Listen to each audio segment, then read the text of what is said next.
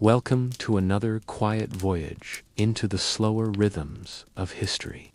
The kind that asks nothing of you but a quiet mind and perhaps a soft pillow nearby. This is boring history for sleep, where we settle in with stories not to excite but to gently accompany you into rest.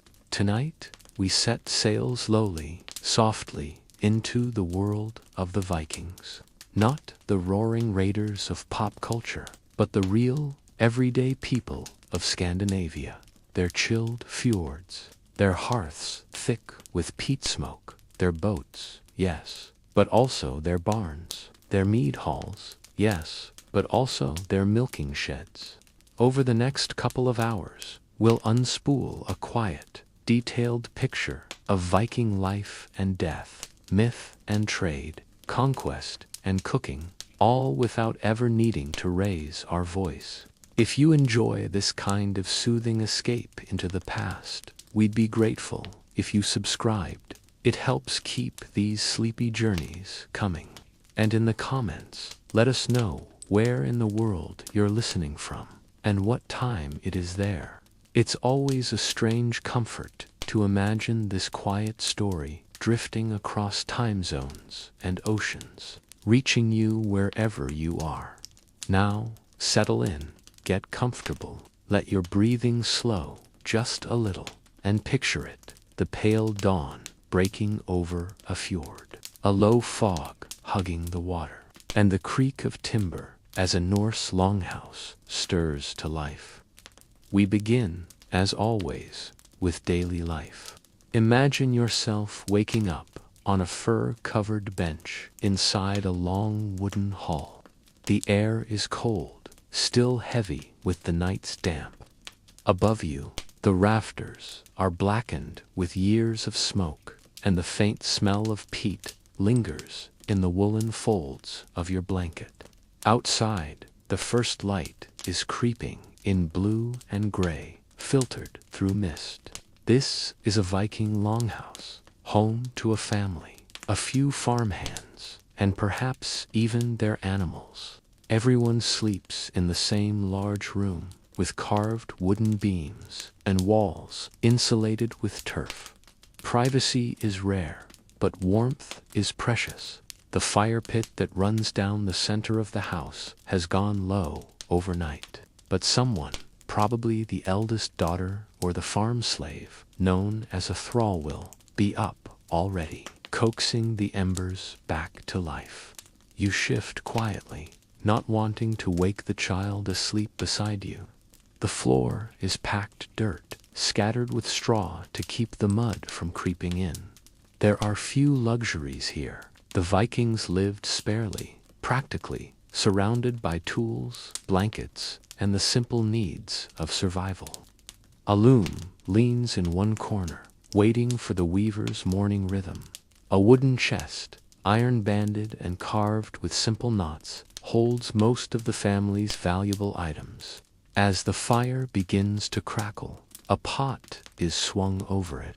Porridge, most likely, oats or barley, boiled with water or buttermilk.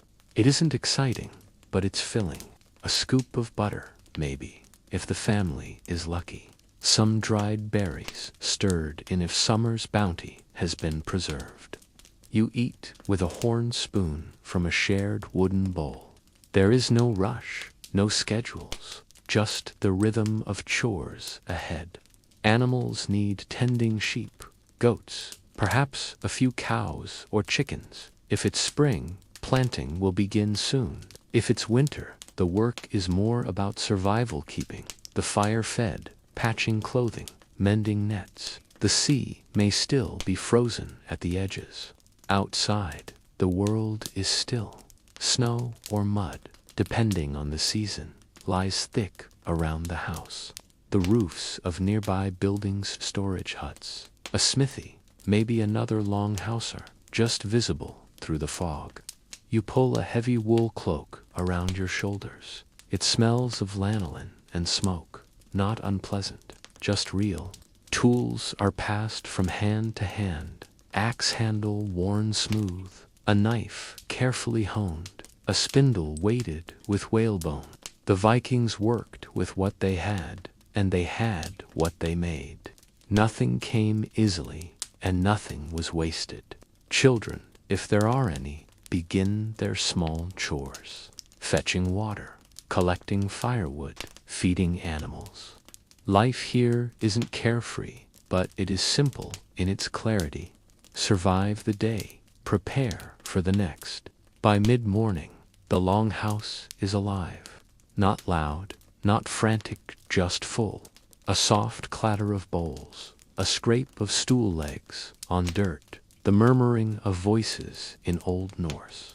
The work is constant, but not rushed. Wool is carded, rope is twisted. A man steps out with a net over his shoulder, heading for the shore.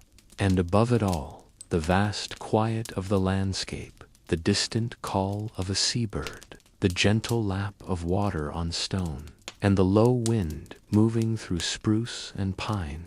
This was daily life for most Vikings. Not a battle, not a raid, but this. Cold mornings, quiet labor, the scent of hearth smoke, and the rhythm of living close to the land. And now we leave the longhouse behind and turn our attention to a single life, a Viking whose story rose above the quiet. In the quiet dim of twilight, imagine a man standing at the edge of a rocky coastline, watching the sea stretch endlessly westward. His cloak stirs gently in the salt wind. His beard is trimmed short, his eyes narrowed, not in rage or triumph but in contemplation. This is Leif Erikson, son of Erik the Red, and one of the first Europeans to set foot on the lands we now call North America. But we are not starting with ships or discoveries.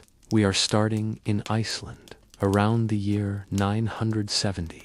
Leif was born into a world already shaped by movement. His father Erik had been exiled from Norway and again from Iceland, eventually founding a settlement in Greenland.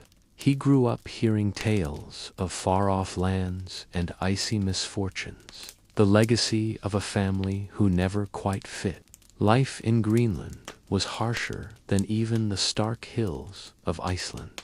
There were no trees to build ships, soil was thin, and the cold crept into bones faster than even the strongest hearth could chase it away. Yet this was home. Leif would have grown up herding animals, learning to fish in frigid waters, and absorbing the lessons of navigation and survival passed down by elders. In his youth, Leif sailed to Norway, and there he was drawn not only to the sea, but to the cross. According to later sagas, he spent time at the court of King Olaf Tryggvason, who had recently converted to Christianity.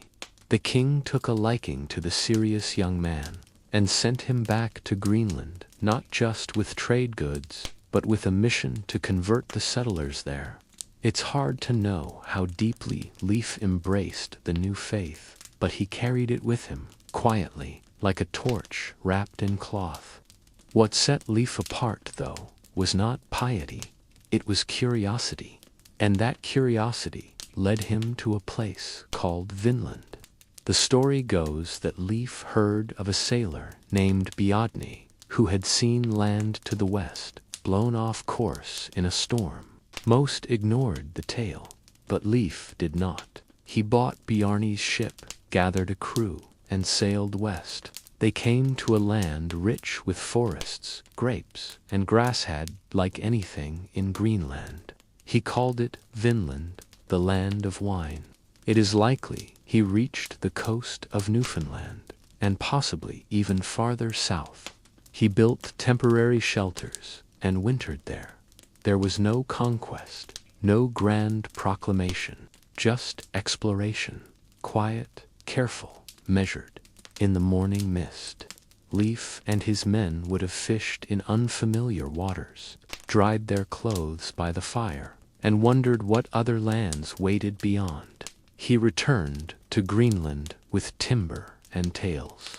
Others would try to follow, to settle Vinland But the land would never become a permanent Norse colony. Still, Leif's voyage was remembered, carried in sagas, preserved in whispers, repeated across generations. There are no grand speeches from Leif Erikson, no battlefield legends, just a quiet decision to turn west and go. When we think of Vikings, we often picture shouting raiders, but in Leif Erikson, we see another thread, the explorer, the listener, the man who dared to believe in unseen shores. And now, as the North Atlantic fades back into mist, we step deeper into the unknown, into questions that linger, still buried in frost and peat, waiting to be unearthed. Picture yourself standing on a grassy knoll under a pale Scandinavian sky. The wind carries the scent of brine and moss, and nearby, a burial mound rises softly from the earth. Inside, there once lay a woman, her bones long gone, her presence still lingering. She was a seeress, a vulva, part mystic, part priestess, part keeper of old ways. Viking culture is often seen as male-dominated, a world of swords and sails, but among the most enigmatic and powerful figures were these women. The vulva did not farm, she did not weave, she traveled, often alone, from settlement to settlement, wrapped in dark cloaks and draped with beads, staffs, and iron charms. People welcomed her with awe and a kind of nervous respect. The seeress did not shout, she chanted, she did not order, she prophesied. And her power, according to the sagas, came from an ancient form of magic known as seer. Seer was not loud or flashy. It was ritualistic, slow, deeply tied to the threads of fate. The vulva would sit on a high seat, perhaps inside a smoky longhouse or beneath the open sky. Around her, women would sing incantations, strange, slow, and rhythmic. In this trance-like state, the vulva would enter another realm, or so the people believed. What she saw there, she would share in riddles or quiet words, glimpses of future storms, lost cattle, troubled births, or approaching conflict. Her voice was not commanding, but it was not questioned. She was considered sacred and dangerous.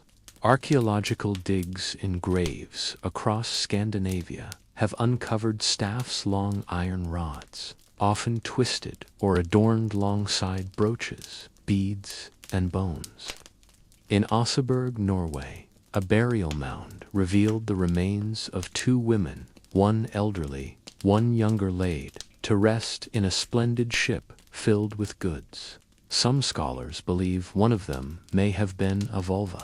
The care of the burial, the richness of the artifacts, and the ceremonial layout suggest someone of immense spiritual importance. These women were not part of the Christian world that was slowly overtaking Norse society.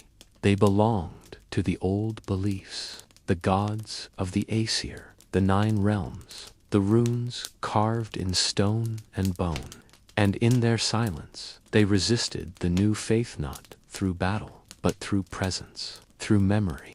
Some accounts, written by Christian chroniclers, viewed them as witches, sorceresses, even devilish, but others remembered them with reverence, as figures who connected this world with what lay beyond. We will never know what they truly saw in those moments of stillness, whether their power was real, symbolic, or something in between. But the mystery remains, lodged in the soil, tucked into grave goods, and echoed in sagas. The vulva reminds us that the Viking world was not only shaped by axes and sails, but by whispers, omens, and the long gaze of someone who claimed to see what others could not. And now we leave her behind, her form disappearing into the mist once more, and we rise upward, toward a different world entirely, one of silk, gold, and carved stone, the Viking elite. High on a ridge above the fjord, nestled among rocky outcrops and wind-swept trees, stands a longhouse, unlike the others. It is longer, broader, and more finely built. The planks are tightly fitted, the roof thick with turf and carved beams, and at the door stand two tall posts adorned with runes and the twisting forms of beasts. This is not the home of a farmer or a fisherman. This is the hall of a chieftain. Inside, the air is warmer, perfumed faintly with pine resin and aged mead. The central hearth burns brighter, fed by logs split thick and straight. Along the walls are benches draped in dyed wool and fur. Shields hang in a neat row. The iron cauldron is always full, and here, beneath hanging lamps and carved rafters, sits the leader of the settlement, a man of power, not merely by strength, but by wealth, by alliances, and by reputation. Viking chieftains did not rule with iron crowns or golden thrones. Their authority was subtler, shaped by oaths and generosity.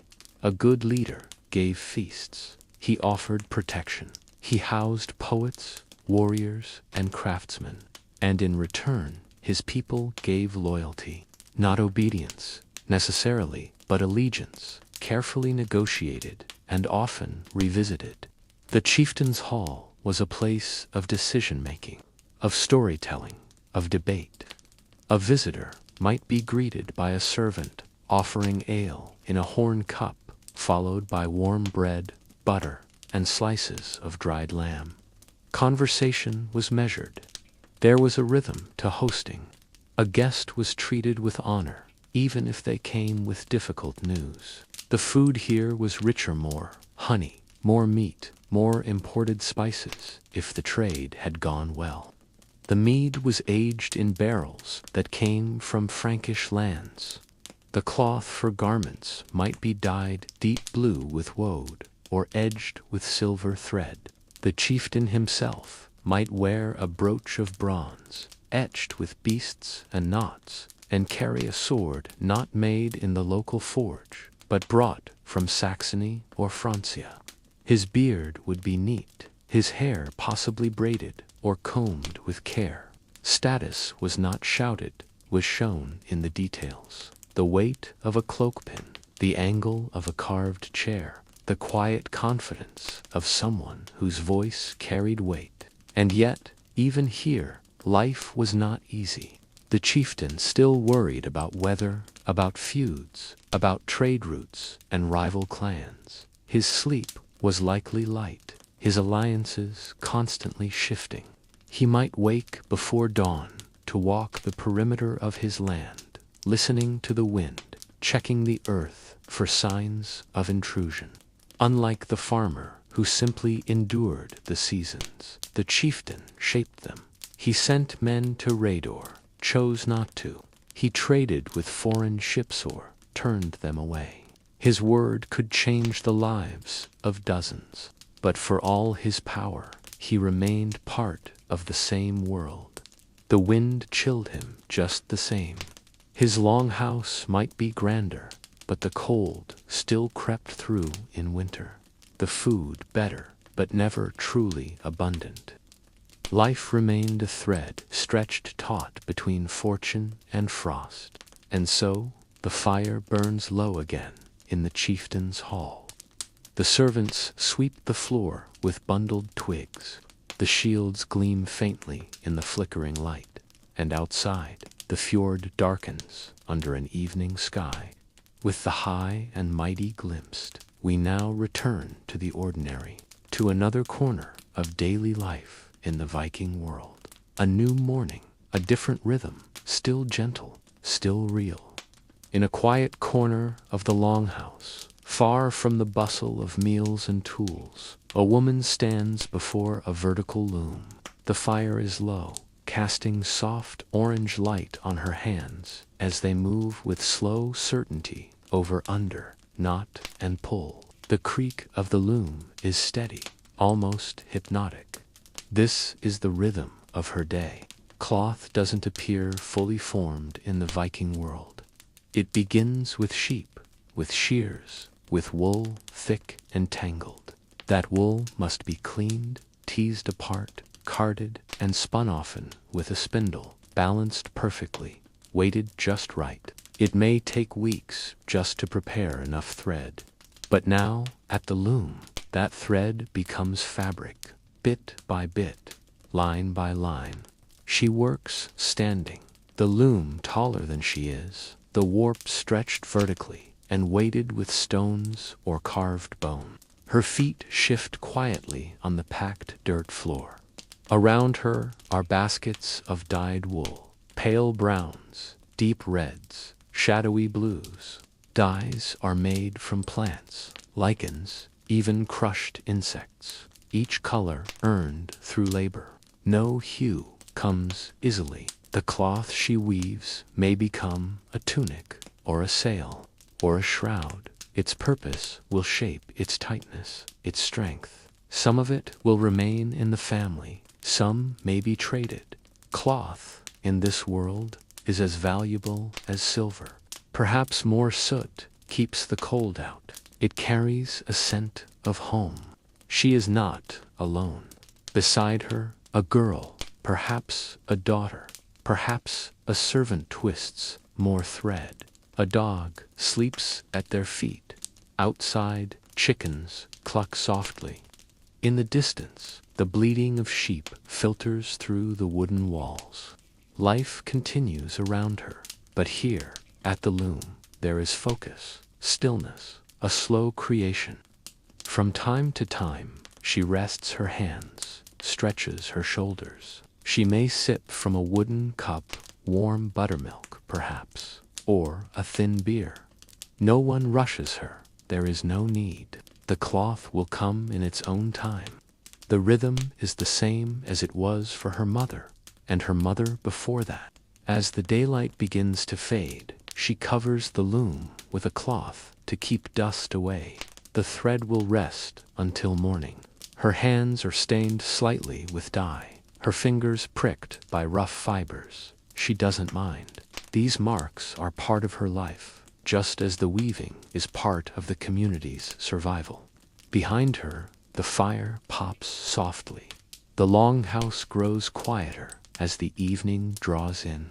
The loom stands tall, like a silent companion, waiting for the next day's work. And with that image-warm wool, rhythmic hands, and the hum of quiet labor, we turn once more to story, another life, another thread in the Viking tapestry. The year is 1066. A fleet of ships glides silently across the water, sails furled, oars dipping in rhythm. At the prow of one long ship stands a man in chainmail, older now, but still broad of shoulder, his gray-streaked beard moving in the breeze. He has seen dozens of battles, crossed half the known world, and now he returns to England for one final campaign. His name is Harald Hardrada, Harald, the Hard Ruler, and many call him the last true Viking king. But to understand Harald, we must go back further to his youth in Norway. Born around 1015, he was half-brother to King Olaf II, later Saint Olaf.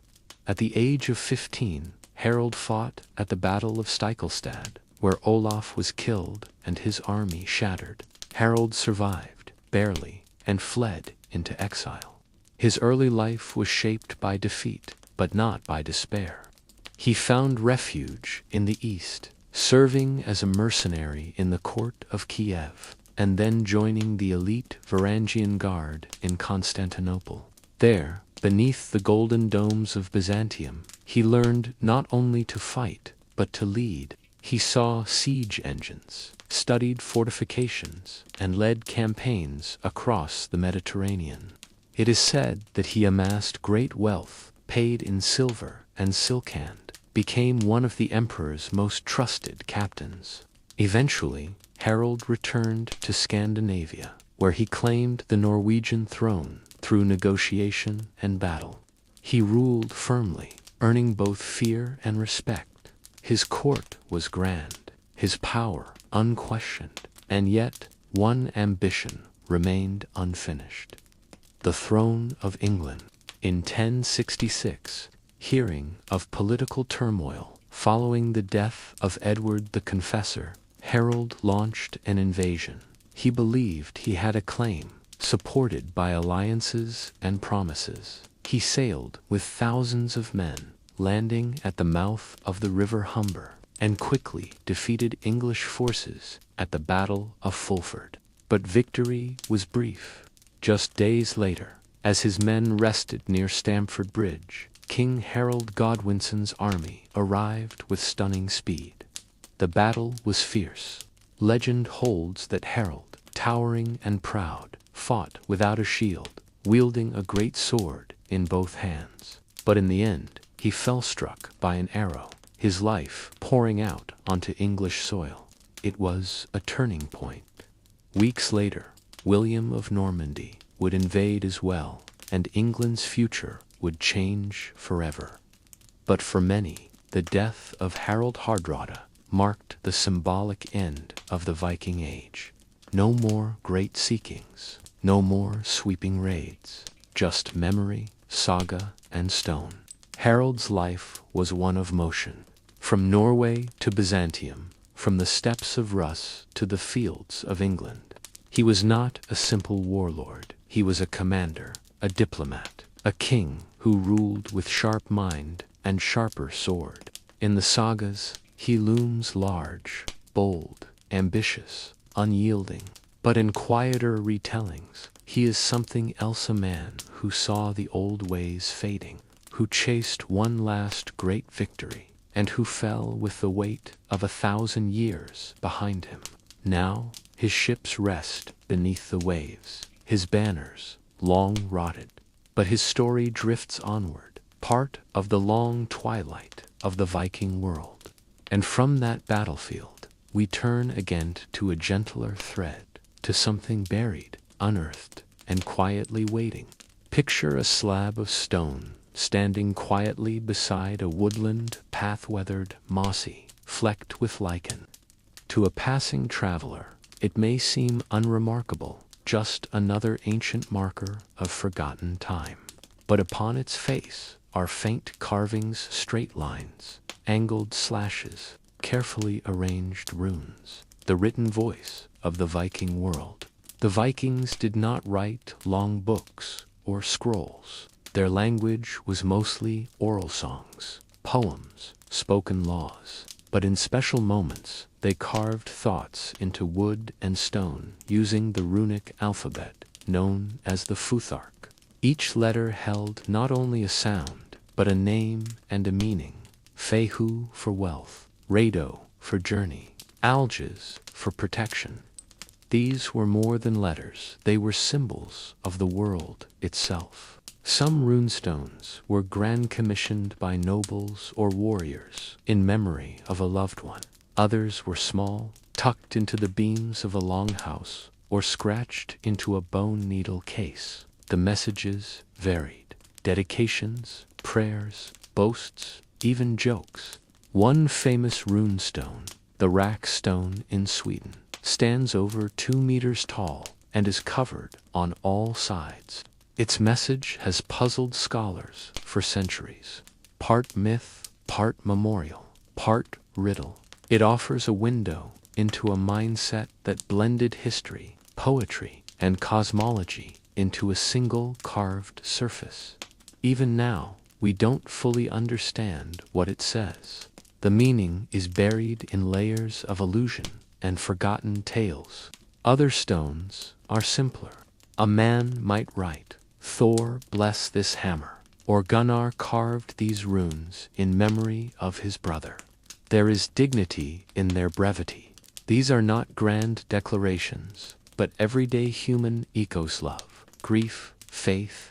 Runes were sometimes used for divination, though not as dramatically as fiction often claims. A pouch of rune-carved sticks might be drawn one at a time, their meanings interpreted by someone trained in old traditions. These readings were likely slow, quiet, and deeply symbolic. There was no lightning, no flames, just whispers and metaphor. Archaeologists have found runes etched on combs, sword hilts, and spindle whorls. Some messages are touching. One comb reads, "Think of me, I think of you." Others are playful or crude, proof that humor and humanity lived in these people, just as they do in us. But over time, the runes faded. As Christianity spread, Latin script took over.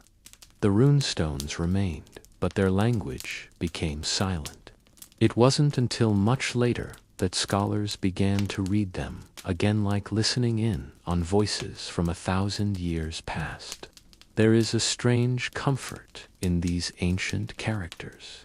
They remind us that even in a world of warriors and longships, people still left messages behind, not to command, not to conquer, but to be remembered.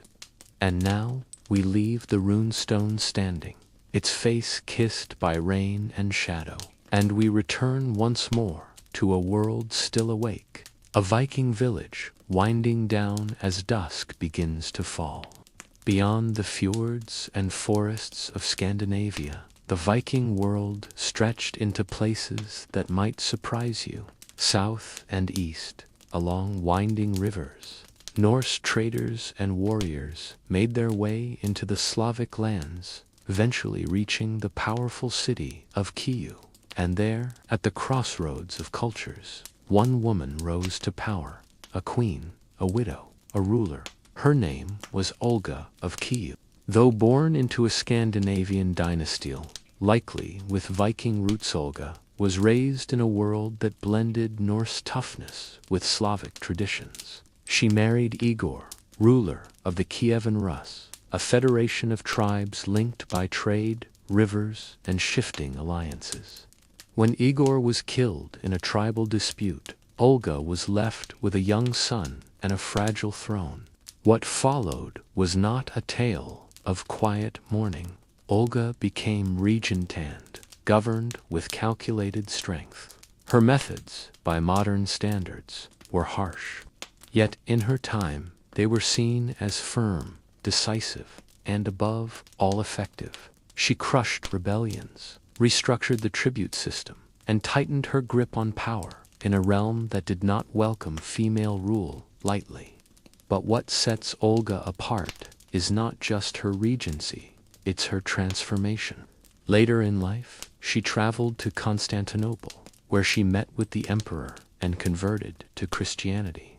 This was more than a private choice, it was a political act, a message to the Christian world that Kyiv could be part of its sphere, respected, not just feared. She returned to her capital with new knowledge, new advisors, and a sense of legacy. Though her people remained largely pagan, Olga laid the groundwork for change. It would be her grandson, Vladimir the Great, who would later convert the Rus kingdom. But it was Olga who planted the seed. She died in 969, likely in her mid-70s, an old woman by the standards of the time, but one who left behind a realm stronger than she found it. The Orthodox Church would later declare her a saint, not for her early iron will, but for her faith and foresight. Imagine her in her later years, sitting in a high-backed chair draped in silk, not a longhouse, but a stone palace, not woolen cloaks, but Byzantine fabrics gleaming in candlelight. Her attendants speak in a mix of Old Norse, Slavic, and Greek. Her fingers are ringed in gold, but her gaze remains sharp, still the daughter of the North, tempered by a life at the center of empires. Olga's story reminds us that the Viking world was not only cold farms and stormy raids, it was diplomacy, marriage, statecraft. It was women who ruled not just homes, but kingdoms. And while she may never have carved her name into a runestone. Her mark was left on borders, on belief systems, and on history itself. From the palace halls of Kiyu, we return once more to simpler lives, back to the smoke, the snow, and the quiet repetition of ordinary Viking days. In the low light of a winter afternoon, the hearth is the center of the Viking home. It is not only a place of warmth, but of nourishment. The fire crackles softly, sending up little snaps and sighs, while above it hangs a blackened iron pot, its contents bubbling gently. This is where the evening meal takes shapes lowly, steadily, without fuss. There is no chimney. The smoke curls up through a hole in the roof, drifting lazily, leaving a soft haze in the air. It clings to woolen tunics and the rough wooden walls, giving the house its familiar scent. Nearby, a woman crouches low, stirring the pot with a long wooden ladle. She lifts it, examines the thickness, and adds a small pinch of salt precious, carefully stored in a horn vessel. The ingredients are simple, shaped by season and survival.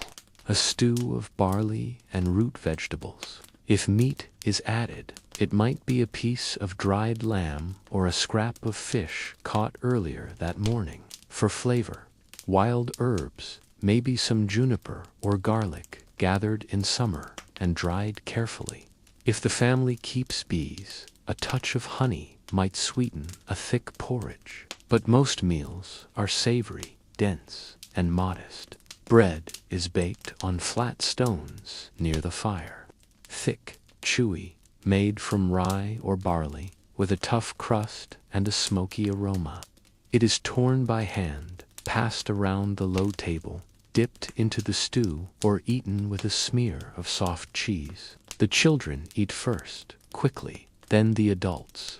There are no forks, just fingers, knives, and the occasional carved spoon. This is not an elaborate feast. It is not meant to impress. It is meant to sustain.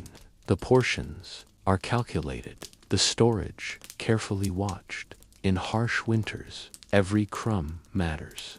A mistake in preservation could mean hunger before the thaw. Above the hearth, shelves hold bundles of herbs, onions braided in long strands, strips of dried fish hanging like paper streamers. In the corners, earthenware jars are tucked away holding berries, curds, and sour milk. The air is cool and still. Everything is designed to keep the warmth in, the moisture out, and the food safe until it's needed. Eating is quiet. There is no music, no ritual, just the soft clink of bowls, the sound of chewing, the occasional cough or murmur. In this moment, surrounded by the smell of smoke and barley, time slows. Outside, snow gathers on the slope of the roof. Inside, the fire burns low, casting orange light on weathered hands and tired eyes. When the meal is done, the pot is cleaned with handfuls of straw and cold water. Leftovers, if any, are set aside in covered bowls, stone, wood, or clay. The fire is banked, not extinguished. It must last the night, ready to rise again at dawn. Cooking in the Viking world was not glamorous, but it was essential. It was part of the rhythm that kept people alive through the dark months. And from this quiet meal, we rise again into memory. Another Viking figure awaits a life lived not by the fire, but on the open sea. The sea is calm today, a soft silver mirror stretching toward the horizon. A small ship, light and fast, creaks gently as it rocks at anchor near the coast. On its deck stands a woman wrapped in layers of wool and fur. Her face is weathered, not from age, but from salt, wind, and distance. Her name is Gudrid, known in the sagas as the Far. Gudrid's story is not one of battle or conquest. It is one of movement. of quiet persistence across a world that stretched farther than most imagined. Born in Iceland in the late 10th century, she was raised amid the slow rhythms of farming and seasonal migration. But early in her life, change set in motion a journey that would take her farther than almost any other Norse woman. As a young woman, Gudrid sailed with her family to Greenland, following the path of Erik the Red. There, she lived in the harsh settlement, clinging to the edge of arable land. She married young, and after her first husband died, she remarried, this time to Thorfinn Karlsefni, a man with bold ambitions and a readiness to explore. Together, they joined an expedition to Vinland, the mysterious land Leif Erikson had once found far across the sea. Their journey was not short. It took them through ice-choked waters, past desolate shores, until they reached a place where trees grew tall and rivers ran sweet. There they settled briefly, built houses, gathered food, faced storms. And it was there, on the edge of the known world, that Gudrid gave birth to a son Snorri. According to the sagas, he was the first child of European descent born in North America.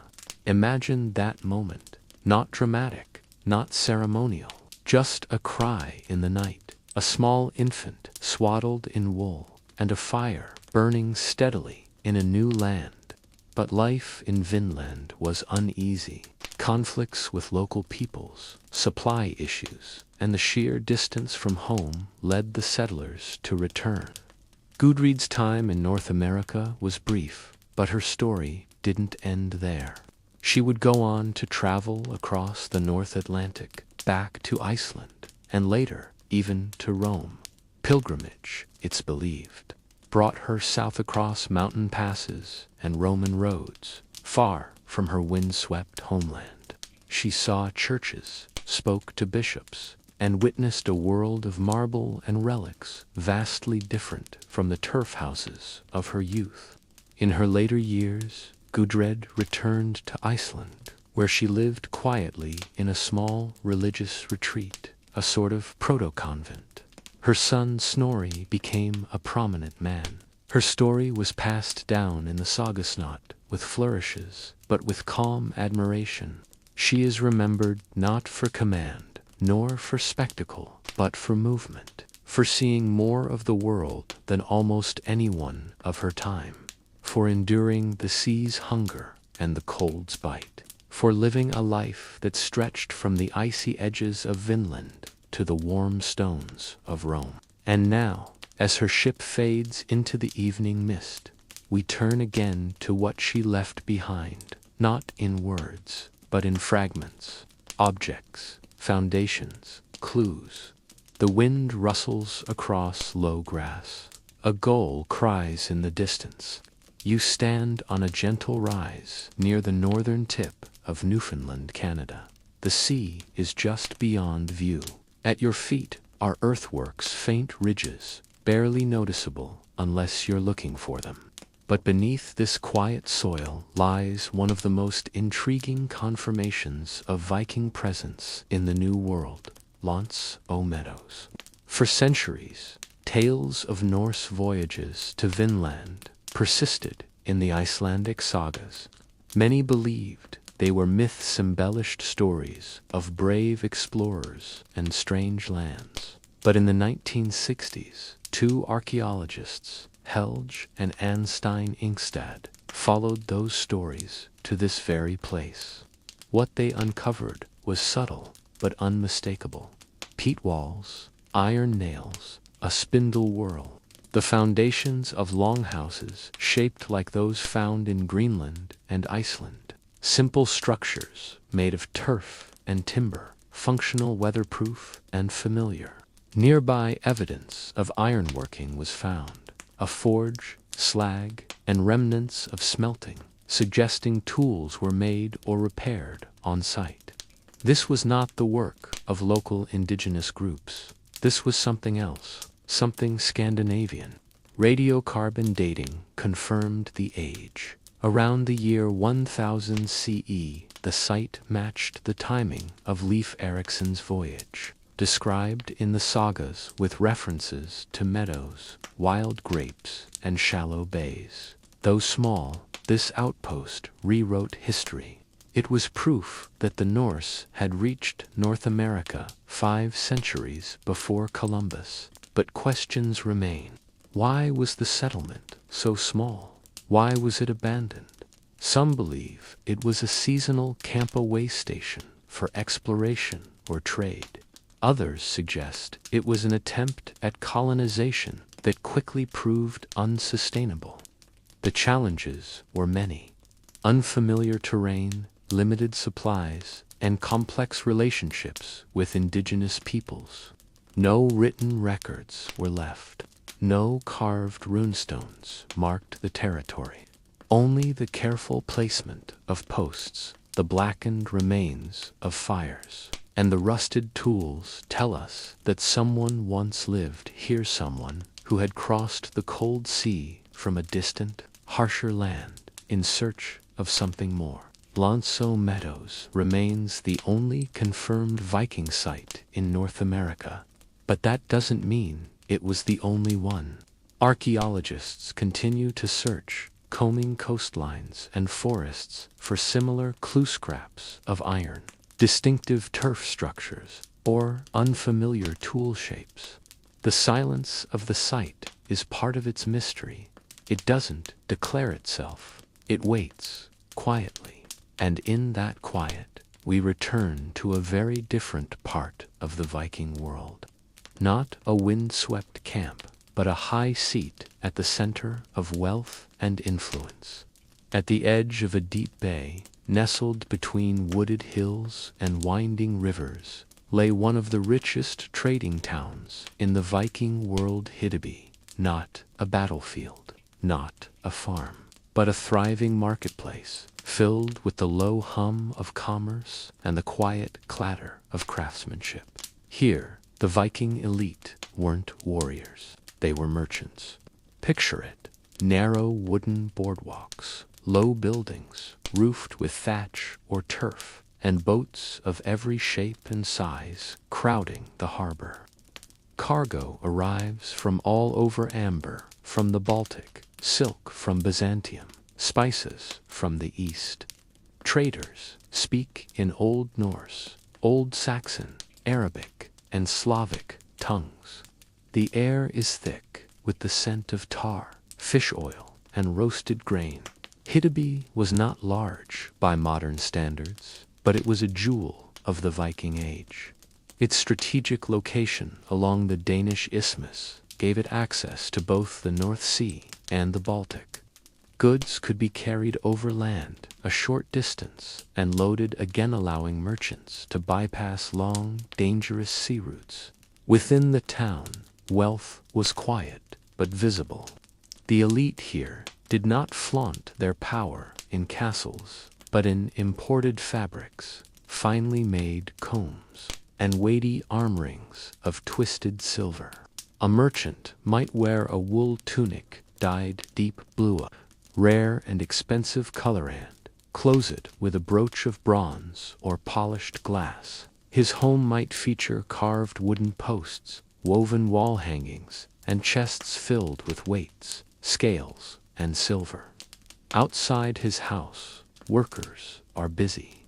Smiths hammer iron, potters shape clay, bead makers carefully craft delicate patterns of red and green. These are not simple artisans, they are specialists, each contributing to the town's growing reputation.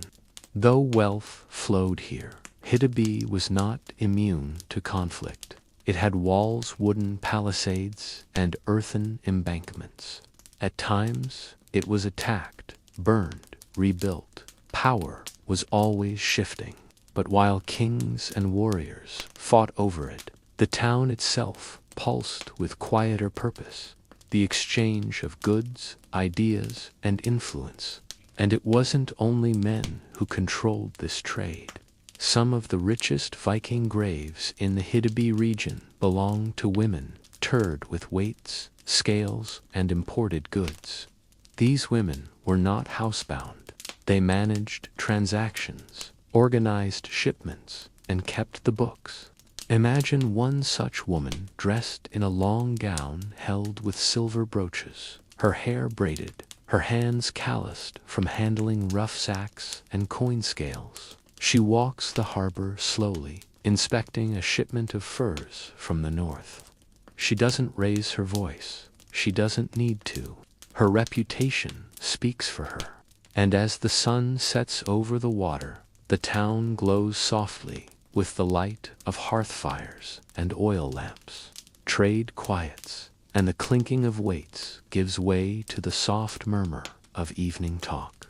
From this world of silk and silver, we step once more into the ordinary, to the touch of wool, the scrape of bone combs, and the low rituals of another Viking morning. The morning light filters through the smoke hole in the roof. In a quiet corner of the longhouse, a man sits on a low stool, carefully pulling a small carved wooden box from beneath a bench. Inside are items not for farming, nor for battle but for grooming. Contrary to modern myth, Vikings were not wild-haired, dirty raiders. Cleanliness and appearance mattered. In the cold, wet climate of Scandinavia, staying clean wasn't just about vanity, was about comfort, health, and social standing. He opens the box and removes a comb. It's finely made, crafted from bone or antler, with teeth set close together to pull away dirt and lice. Combs were so common that archaeologists have found them in nearly every Norse gravemen and women alike. This one is worn smooth at the edges, its teeth slightly chipped. It has served him well. He runs it slowly through his beard, checking for tangles. Then he reaches for a small knife. Carefully, without hurry, he trims the edges of his beard and the longer curls at his temples. There are no mirrors, only polished metal, or the faint reflection on water or oiled surfaces. The results are felt more than seen. Beside him, a woman gently braids her hair, her fingers deft from years of practice. She divides the thick strands with a carved bone pick, wraps cord to hold the braids, and smooths flyaways with damp fingertips. Her hair is long because she is unmarried. Were she a wife, it would be hidden beneath a scarf or linen cap, secured by clothing, too, is chosen carefully. For him, a wool tunic, belted at the waist, and woolen trousers, perhaps dyed with madder root to a soft red. For her, a linen underdress, layered with a woolen apron dress, pinned with oval brooches. The brooches are not merely decoration, they anchor strings of beads, keys, and small tools of daily life. Their shoes are leather, softened with use, tied with strips of hide. They might be patched, but they are kept clean. A damp cloth is used to wipe away mud. Appearance signals status, diligence, and readiness. Once dressed, she fastens a small pouch at her waist, filled with dried herbs, thyme, juniper, perhaps a scrap of cloth scented with birch tar or angelica. These serve both as deodorant and perfume. The scent is soft, earthy, familiar. Even the children are tidied, faces wiped, hair smoothed, clean clothes if the weather allows. In a world where survival is uncertain, there is comfort in these small rituals of order, of self-respect, of daily control. There are no perfumes from foreign lands here, no fine cosmetics, but there is pride, the kind found in neat braids, brushed wool, and fingernails cleaned with the tip of a knife. And so, the grooming tools are returned to the box. The longhouse is stirring, now voices rising, the scent of breakfast thickening. The day begins not in haste, but in quiet preparation. And from this slow morning, we turn again to a life less ordinary one, where survival meant ruling, crossing seas, and carrying faith into unfamiliar lands. The ship is sleek, dark, and fast. Its sail, once bright with painted patterns, now snaps quietly in the sea wind. At its helm stands a tall figure wrapped in a heavy cloak, a silver cross glinting against his chest. This is Olaf Tryggvason, warrior, king, and missionary, a man both feared and praised, whose life marks one of the most decisive shifts in Viking history, the spread of Christianity through the Norse world. Born around 960 CE, Olaf's early life followed a familiar path for Norse nobility, one of exile, hardship, and the long reach of fate. His family was forced to flee after political violence in Norway, and he spent his youth in distant lands, eventually entering the service of Slavic kings. He later joined the Varangian Guard in Constantinople, a path many adventurous Norsemen followed, and grew wealthy and powerful abroad. But it was on his return to Scandinavia that Olaf's life took its most dramatic turn. By the late 10th century, Christianity had begun to seep into the northern world, not all at once, not everywhere, but steadily. Olaf, newly converted, embraced the faith with an intensity that startled many. In 995, he claimed the throne of Norway and immediately began efforts to Christianize his kingdom. Churches were built, pagan idols were toppled, but Olaf's methods were far from gentle. He demanded conversion. Those who refused were punished, some exiled, some executed. His zeal was absolute. Yet Olaf was not simply a tyrant cloaked in religion. He was charismatic, poetic, and a skilled speaker. He debated with pagan leaders, held long conversations with farmers and chieftains, and traveled tirelessly to spread the new belief. Where persuasion failed, however, force followed. And so the saga of Norway's Christianization was not one of quiet awakening. It was a struggle, village by village, hearth by hearth. He built churches along the coast, imported priests, and encouraged literacy among his court. Latin prayers began to echo in places once dominated by chants to Thor and Odin. The old gods were not forgotten overnight, but their place began to shrink. Olaf's reign did not last long. In 1000 CE, at the Battle of Svolder, he faced a coalition of enemies, Danes, Swedes, and rebellious Norwegians. His fleet was outmatched. Legend says that refusing to surrender, Olaf leaped from his ship into the sea, armor and all, never to be seen again. Some said he drowned. Others claimed he survived, fled to the east, and lived in secret. His death, like his life, became a matter of belief, but the legacy remained. Though his methods were divisive, Olaf cracked the foundation of the old ways. After him, Norway would never again be purely pagan. His successors continued the work, but the decisive push, the moment of rupture, belonged to him. Imagine him now, standing alone on a coastal cliff, the wind tugging at his cloak, torn between two worlds, one hand still on his sword, the other raised in blessing. And from this moment of conflict and conviction, we turn again to quiet objects, quiet places, signs, not of conversion, but of coexistence, buried and preserved by time. The wooden church stands quietly in the mist, its roof steep, its boards weathered gray by rain and time. But beneath its foundation, archaeologists find something older. Stones arranged in a circle, charred animal bones, fragments of carved wood, remnants of a different faith, buried not in destruction, but beneath. This is not a rare story.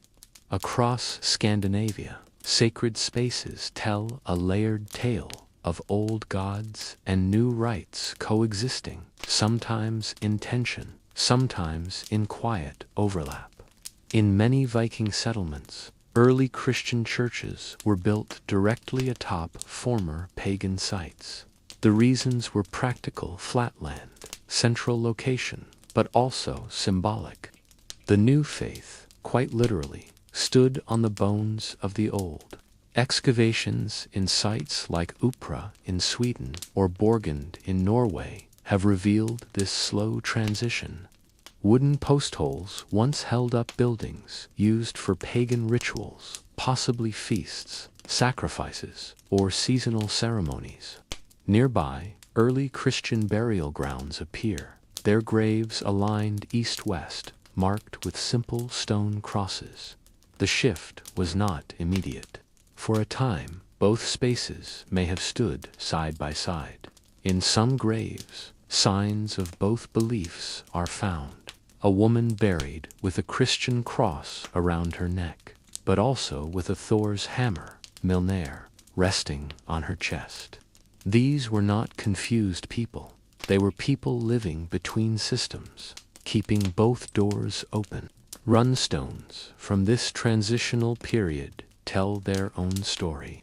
Some bear inscriptions in Christian phrasing mentions of souls, of heaven, of Christ, but are still carved with Norse symbols and traditional poetic meter. The language of one faith, spoken in the style of the other. Artifacts echo this blend. Wooden staves carved with prayers, where the cross is flanked by wolves or serpents. Everyday objects with blessings etched in runes both Christian and pagan. Faith here was not a clean switch. It was gradual, regional, and deeply personal. Even the churches themselves borrowed from old forms. The famous stave churches of Norway, with their dark timber frames and dragon-headed gables, feel more like longships than basilicas. They were Christian in function, but Norse in soul. Imagine a village at the edge of change. One season, a feast for Freyr; the next, a baptism. One elder still chants the names of the Aesir, another whispers Latin prayers, and the vast majority simply try to live. They attend both rituals. They honor the past, hedge their bets for the future.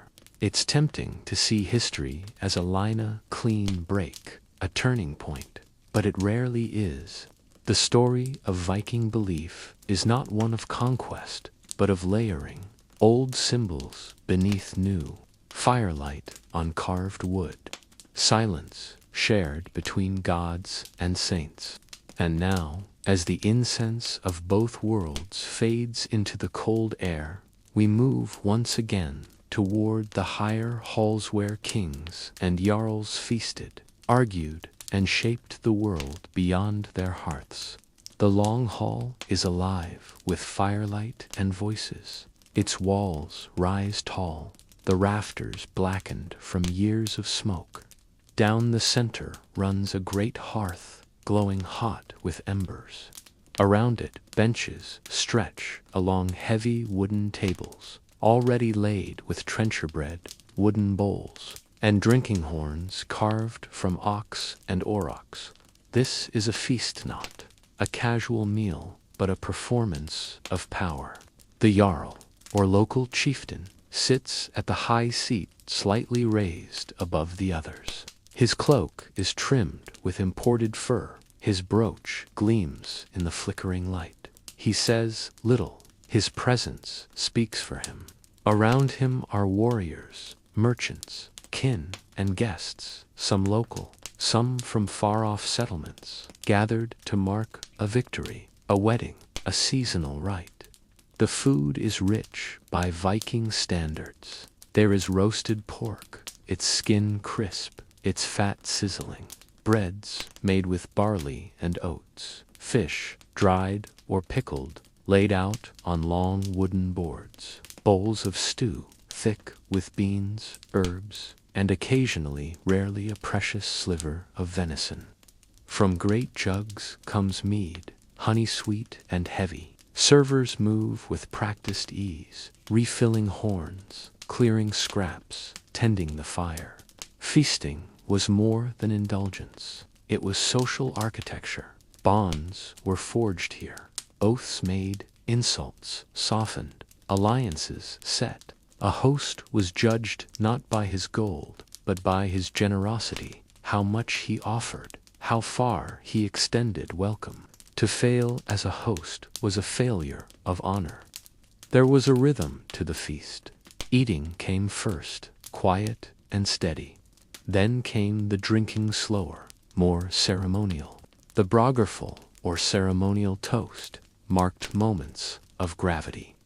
Each man would stand, raise his horn, speak of deeds done or hopes for the future, and drink deeply. The words mattered. They were remembered. Afterward came the entertainment. A skalda court poet might rise and recite a saga, his voice deep and even, weaving tales of old battles, of gods, of tragic loves and clever victories. Others might sing or riddle. Laughter echoed under the beams. No drums, no loud fanfare, just voices, fire, and slow intoxication. Even here, among the elite, there was formality. Swords remained sheathed. Disputes were set aside. The feast was a kind of sacred peace, a temporary moment of harmony in a world often shaped by storm and steel. Women, too, played roles, here not only as servers or companions, but as organizers, managers of the household, guardians of hospitality.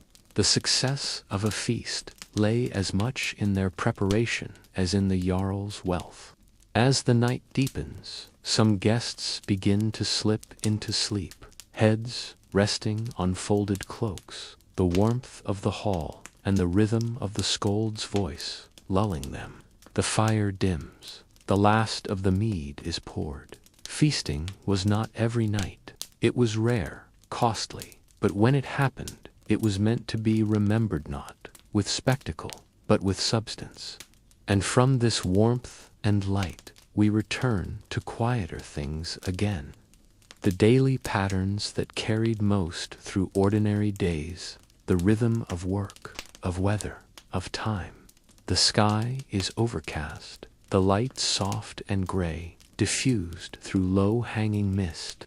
Along the rocky edge of a narrow stream, a woman kneels, sleeves rolled back, hands in cold water. Beside her, a flat stone serves as a surface for scrubbing. On a wooden frame nearby, damp linens hang limp in the still air.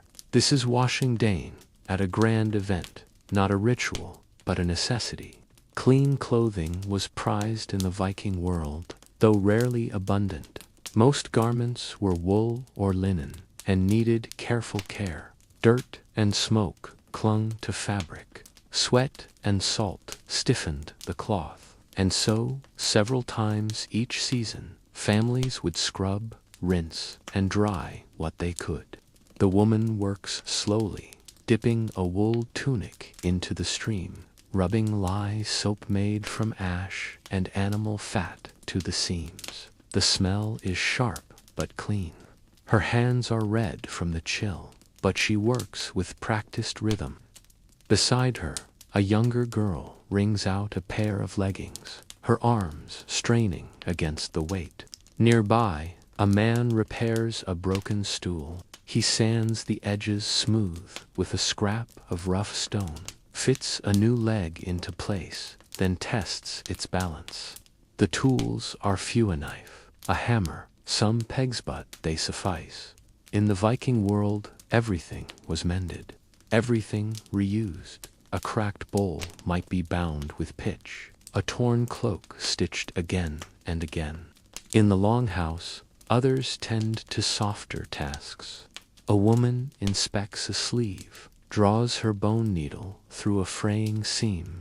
The thread is spun from wool dyed, perhaps with onion skin or birch bark end. She works it carefully, patching, reinforcing, preparing the garment for another month of wear. Outside, another figure moves through the grass with a woven basket, gathering herbs, yarrow, nettle, perhaps some angelica. These might be added to food, or brewed into a tea, or stored for later. Even the plants by the path are part of the household economy. There is no loud noise, no idle chatter, just the sounds of fabric slapping water, of distant birdsong, of the wind rustling grass. The day is long, but unhurried. The work is steady, but not frantic. This is the rhythm of survival, practiced over generations.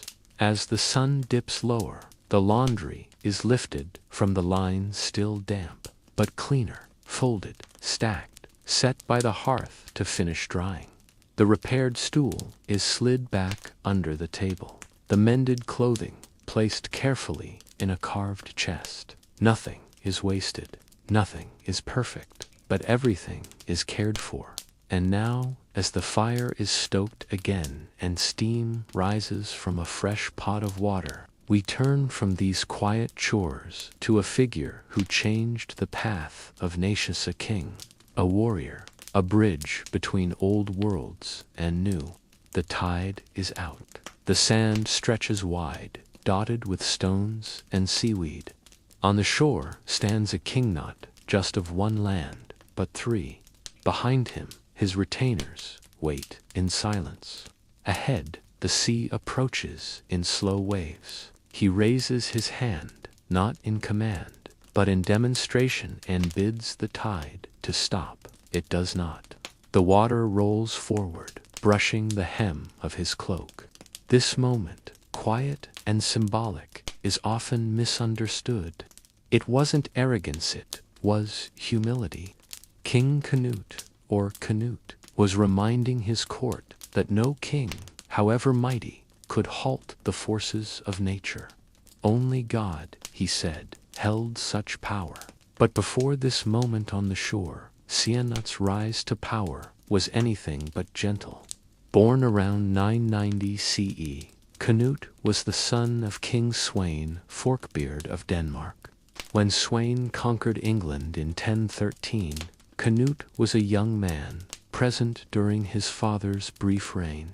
But after Sweyn's sudden death, the English drove the Danes out, restoring King Tellard to the throne. Canute, forced to retreat, soon returned, not with grief, but with ambition. In 1016, after a fierce and prolonged campaign, Canute defeated King Edmund Ironside and seized control of England. He would go on to rule not only England, but Denmark, Norway, and parts of Sweden, an empire linked not by conquest alone, but by careful governance, strategic marriage, and political acumen. He was a Viking king, yes, but not the kind sung of in raiding songs. Canute ruled with patience and policy. He maintained Anglo-Saxon law. He respected church structures. He kept a standing navy and paid it regularly. His reign in England was one of unexpected stability. He married Emma of Normandy, widow of Tellard, further legitimizing his rule. He patronized churches, granted lands, and issued charters in Latin. He made pilgrimages and gave rich gifts to monasteries. Though he once came as a conqueror, he stayed as a ruler. Sianut's empire was not eternal. After his death in 1035, his sons struggled to hold it together. Within a generation, England was once again ruled by native kings, and then by the Normans. But for a brief period, a Viking sat peacefully on the English throne, not as an outsider, but as a sovereign recognized by all. His image survives in coins, a calm face, a regal crown, the name Canute Rex inscribed with care. His legacy is more subtle than that of a warrior. It is one of transition, from raids to rule, from plunder to politics. And so, when he stood before the sea, bidding it to halt, he was not challenging nature, but acknowledging his limits. He had conquered men, but not time. He had ruled kingdoms, but not the tide. As the waves recede and the wind settles again over the empty beach, we shift from royal ambition to quieter remnants. Not tales told in courts, but whispers sealed in graves, waiting to be read. Beneath a broad mound of earth in southern Norway, tucked away in a quiet field near the fjord, something vast once lay hidden. Not a fortress, not a treasure hoard, but a ship, buried deliberately, carefully, and with great ceremony. This is the Gokstad ship, one of the most iconic Viking-era discoveries, and a lasting reminder of how the Norse prepared their dead for the journey beyond. Discovered in 1880 by local farmers digging in the frozen ground, the mound revealed its secret slowly, as archaeologists peeled away the layers of turf and soil. The shape of the vessel emerged carved with grace, wide and sturdy, its timbers darkened by time but remarkably preserved. The Gokstad ship was not a warship. It wasn't meant for battle. It was broad-beamed, suitable for coastal trade or exploration, fast, but not aggressive. It had room for 32 oarsmen and a large, square sail, but it would never sail again. It had been given to the dead. Inside the hull, the remains of a man lay in a wooden chamber, surrounded by offerings, though his bones were partly disturbed by grave robbers centuries earlier. What remained told a quiet story. He was likely in his 40s or 50s, tall, well-fed, with signs of old injuries, perhaps a local chieftain, perhaps a respected elder. His name is lost, but his funeral speaks volumes. Around him were weapons, gaming pieces, kitchenware, and textiles. There were beds, sledges, even the remains of 12 horses, 8 dogs, and 2 peacocks likely imported, rare and symbolic of wealth or distant trade. The grave was not just about status, it was about belief. The ship was a vessel, not only in life, but in death away, to cross into the afterworld, be it Valhalla, hell, or some other realm now faded from memory. The burial site was not unique. Ship graves have been found elsewhere, Oseberg, at Ladby, even hinted at in Iceland and the British Isles. But Gokstad's scale and condition offered something rare. A glimpse not just of a burial, but of how the Vikings saw death itself, as a continuation, as a voyage, as a departure wrapped in silence and earth. The ship was excavated, preserved, and eventually displayed in the Viking Ship Museum in Oslo. There it rests, today elevated slightly, light falling across its ribs and boards, quiet except for the occasional footstep or whispered awe. Imagine standing beside it, your hand resting gently on its side. No noise, no music, just the creak of old wood and the soft echo of something that mattered once deeply. Burial by fire was common, burial by earth even more so. But for the elite, for the honored, sometimes a ship was chosen, not for its glory, but for its shape, its purpose, its promise to carry the departed, alone and still, into the mist. And from this silent voyage, we return once more to life, to a different kind of journey, one traced not by oar or sail, but by footsteps and herding calls in the thin morning light. Far from the sea, nestled in a highland valley, where wind whispers through low grass and sheep scatter like white stones across the slope, stands a different kind of power. Not the kind forged in battles or sealed with rings, but the power of land, of control over animals, fences, and the simple, enduring wealth of good soil. In the Viking Age, ownership of land wasn't flashy, but it mattered deeply. While raiding brought bursts of treasure, It was land that secured long-term status, the ability to grow crops, graze herds, and collect rents, placed a person into the upper ranks of rural societies, especially in Iceland, where land rights formed the bedrock of law and loyalty. Picture a landowner at the start of his day. He rises early, wrapped in a fine woolen cloak, hands already weathered despite his standing. He walks the borders of his fields not to labor directly, but to observe. A boundary stone is checked. A fence line repaired by a thrall is inspected. He nods, once satisfied. Nearby, the herd is moving sheep, mostly, with a few goats and perhaps a stubborn cow or two. A hired shepherd calls softly to the dog at his side, who wheels and darts to guide the animals along the path.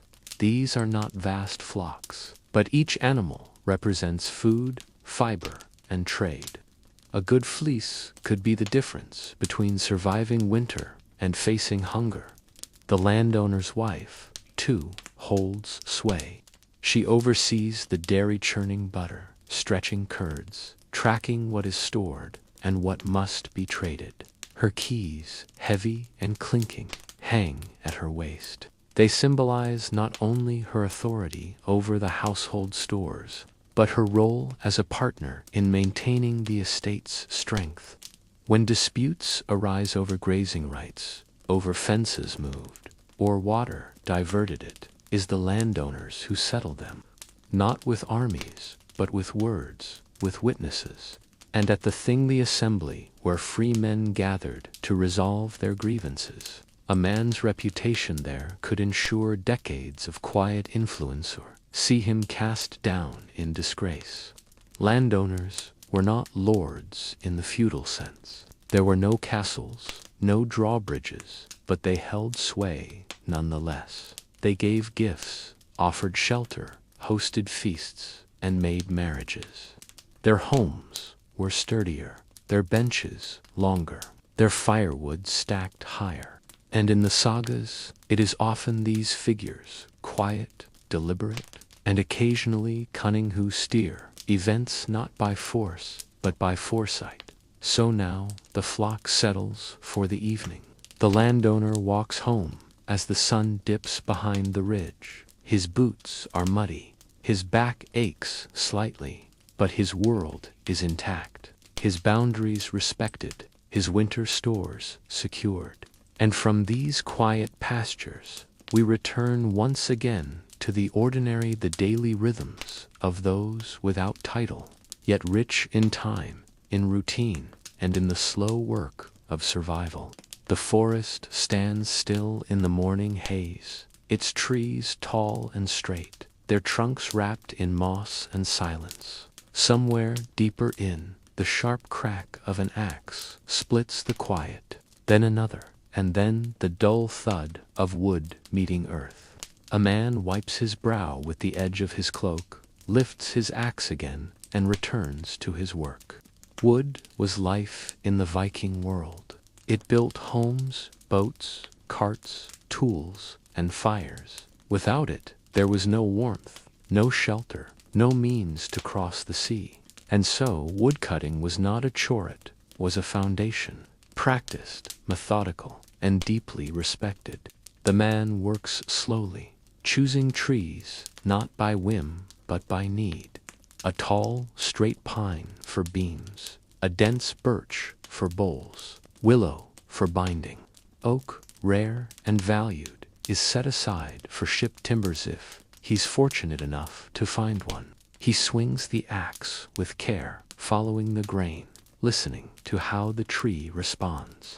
Beside him, another man trims branches and sorts lengths into piles, one for fuel, one for carving, one for building. Nothing is wasted. Even the bark has used as kindling, as binding, as dye. Later, back at the longhouse, a younger man kneels beside a low bench, shaping wood into tools. A plane, smoothed from bone, helps shave a shaft into a new axe handle. Another, carves a spoon, his hands moving with the muscle memory of years. The rhythm is slow, steady. The smell of fresh-cut wood mingles with smoke from the hearth. Toolmaking isn't a loud craft. It doesn't call attention, but it's essential.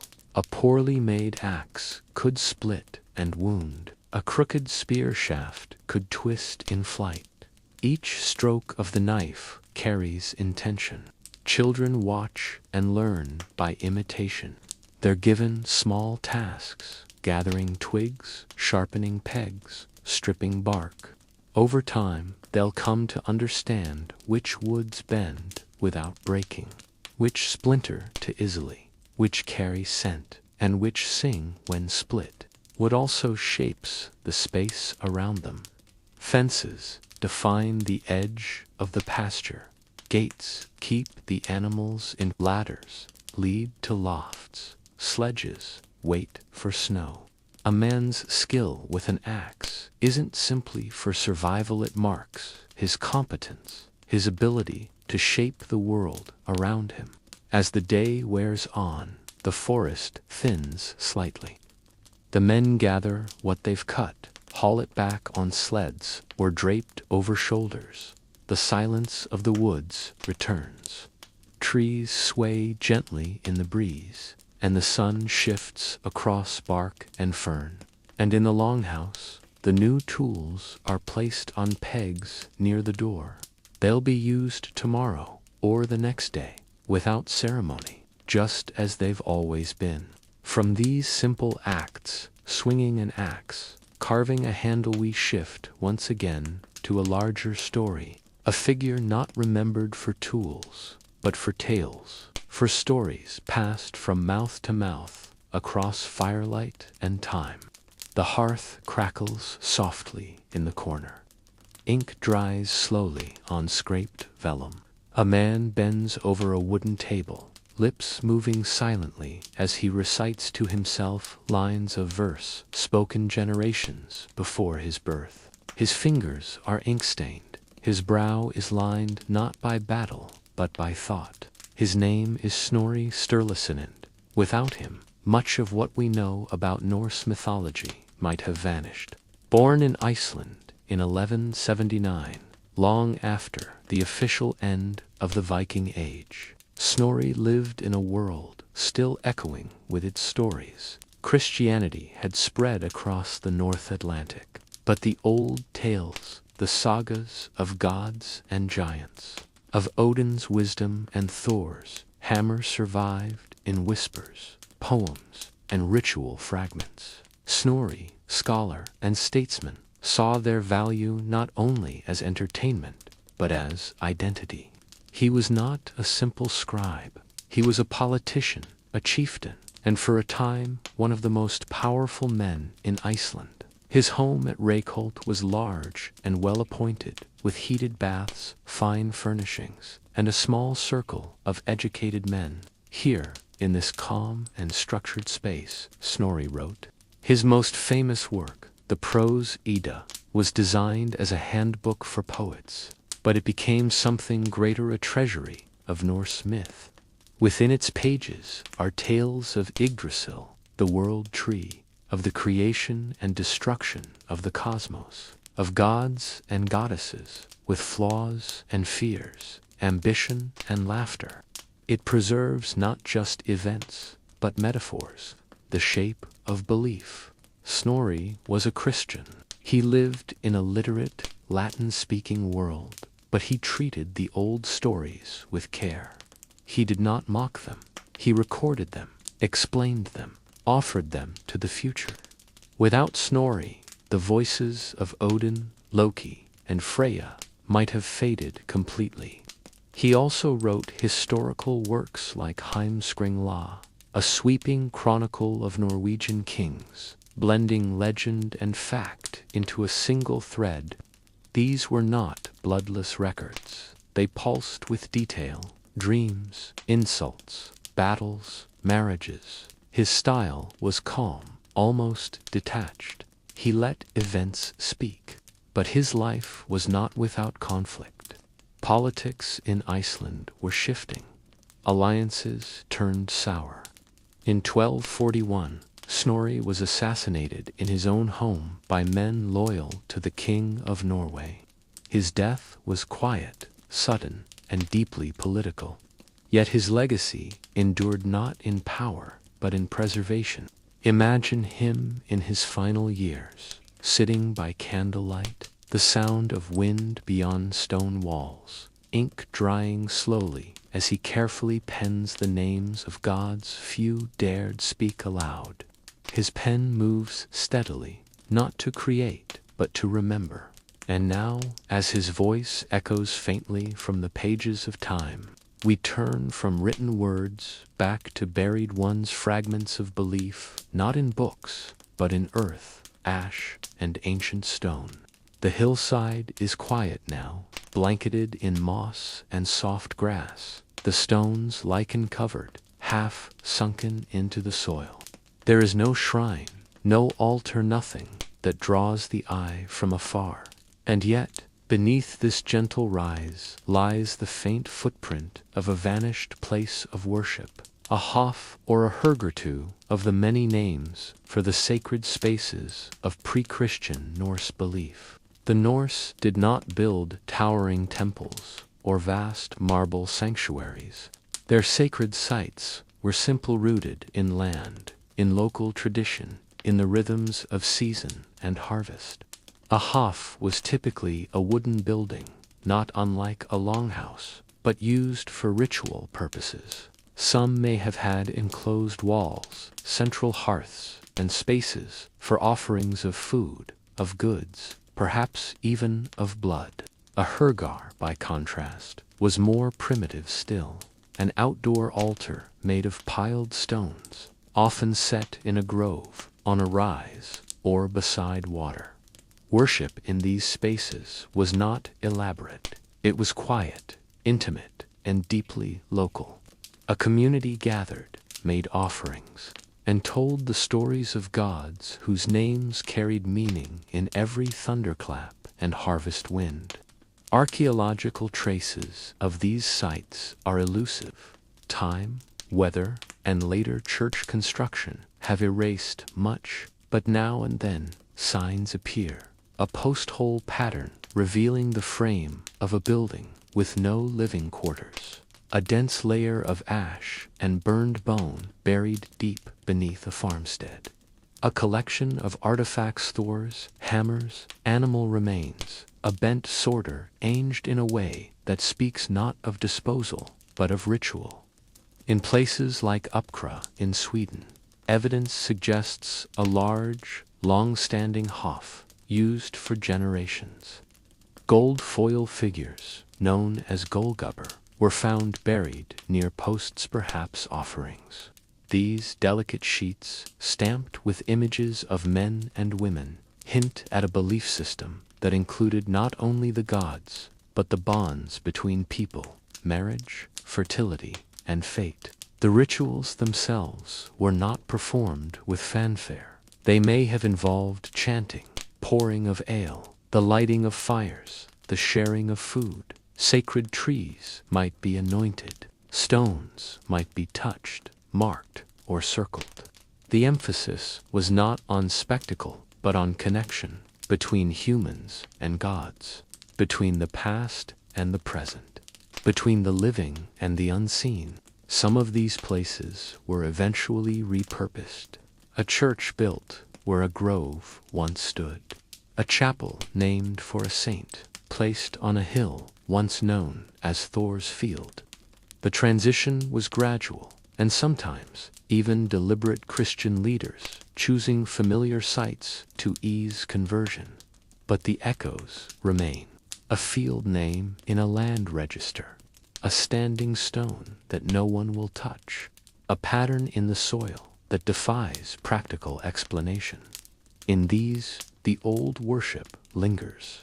And so, we step away now from these sacred places back to the world of people, of roles, of voices rising not in prayer, but in authority. The crowd gathers slowly on the open plain. Men come from scattered farms, distant valleys, and fjordside settlements. Horses are tethered outside camp boundaries. Tents and canopies rise like sails across the grass. At the center of it all stands a circle of stones or, perhaps, a wooden platform or a simple mound. This is not a battlefield. It is a court, a parliament, a ritual of voices and memory. This is the thing. In the Viking world, power was not always held by kings or jarls. Much of it rested in assemblous places, where free men gathered to settle disputes, pass laws, and judge wrongdoing. These things were not chaotic. They were structured, layered, anchored by tradition and public expectation. Imagine the law speaker, his role, both honored and burdened, stepping forward, staff in hand. He speaks not from parchment, but from memory. His voice is steady, paced, shaped by repetition. He recites the laws, not vague ideas, but specific details: property, boundaries, marriage terms, compensation for injury, penalties for theft. The law lives in his voice. A farmer steps forward. His neighbor has cut too far into his field. A witness speaks. Another contradicts. The dispute is not shouted through, it is spoken through. Heard, weighed, settled by those present. Sometimes fines are issued, sometimes exile. In rare cases, the judgment may demand blood. The thing is more than a courtroom. It's a meeting of minds, a living constitution. Alliances are renewed, marriages discussed, decrees from far-off rulers are announced. Gossip flows alongside formal matters. The social and the legal mingle freely.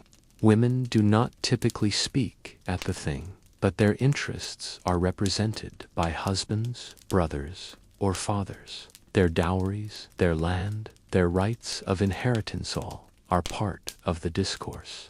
And occasionally, a woman of high status may attend herself, silent but observing.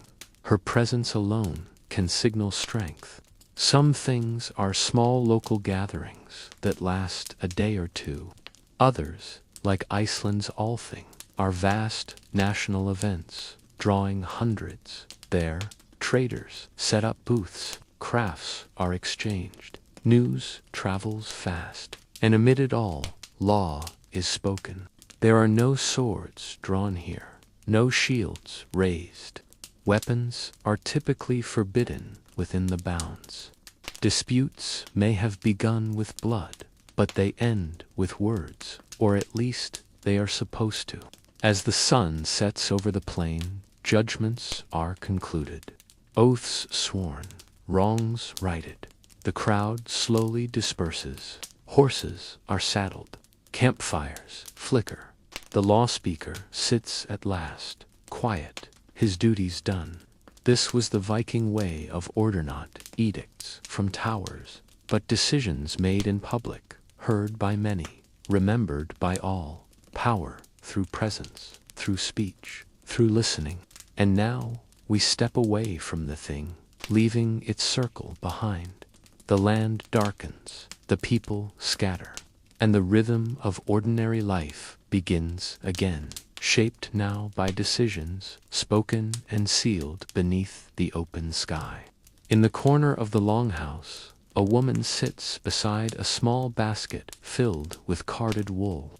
Her hands move slowly, rhythmically, twisting and pulling, guiding the fibers into a steady thread. This is spinning not the dramatic wheel and treadle of later centuries, but a simple spindle and whirl, balanced by touch and repetition. It is not glamorous work. It is patient work, quiet, absorbing, and utterly essential. Wool was the fabric of Viking life, literally. It warmed the body, cushioned the bed, cloaked the warrior, swaddled the child. But before it became fabric, it had to become thread. And that thread did not appear by magic. It came from hours of this, pulling, twisting, winding. one spindleful at a time. The spindle itself is small, carved from wood, bone, or even clay. The whorl, weighted at the bottom, spins as the wool is drawn out by the hand. It hums gently as it turns, like a soft insect's wing. When enough has been spun, the thread is wound and the spindle reset. The cycle continues. This work falls mostly to women, not because it is lesser, but because it is constant. It fits between other tasks, before cooking, after mending, while watching children. It can be done sitting, standing, even walking. In times of waiting, the spindle turns. In times of hardship, the spindle continues. There is pride in well-spun thread. A tight, even twist means strong cloth. Loose or lumpy thread means weakness. A practiced spinner can feel the quality in her fingers long before it's woven. And the cloth that results from loom or needle is a reflection of that care. Spun wool might become clothing, or it might become currency. Cloth was valuable, tradable. It served as tribute, as dowry, as payment for debts or services. In Iceland, entire economies were based on the production and exchange of woven goods. A woman's skill with fiber could shape her household's fortunes. Nearby, a girl watches, mimicking the motions with her own spindle. Her thread is uneven, her fingers clumsy, but she learns, as her mother did, as her grandmother did. The thread carries not just warmth but memory. The fire glows beside them. Outside, the wind tugs gently at the turf roof. Inside, the long strands of wool stretch, coil, and thicken, becoming something more, something useful, something lasting. No one applauds. No songs are sung. But when the cloak is draped over a tired man's shoulders, when the sail holds fast in rough weather, when the blanket soothes a sick child, from these fibers and calloused hands, we now return to a life shaped less by thread and more by destiny, a man known not for weaving cloth, but for weaving power, both feared and followed. He stands at the edge of history, part flesh, part saga. His name is Ragnar Lothbrok, warrior, king, raider, father, or so the stories say. Whether Ragnar truly lived, as described in the Icelandic sagas, is still debated. His life, as it comes to us, is filtered through centuries of oral tradition, stitched together with fragments of truth, rumor, and imagination. But within the sagas, he is more than a man. He is an embodiment of Viking ambition, restlessness, and pride. Ragnar's story begins, as many do, with bold deeds. He is said to have slain a giant serpent to win the hand of his first wife, Thora, to have married Lagertha, a shield maiden who fought at his side. Later, he would wed Aslaug, daughter of the hero Sigurd, and the Valkyrie Brynhildr, union of saga and myth. He was not content to rule quietly.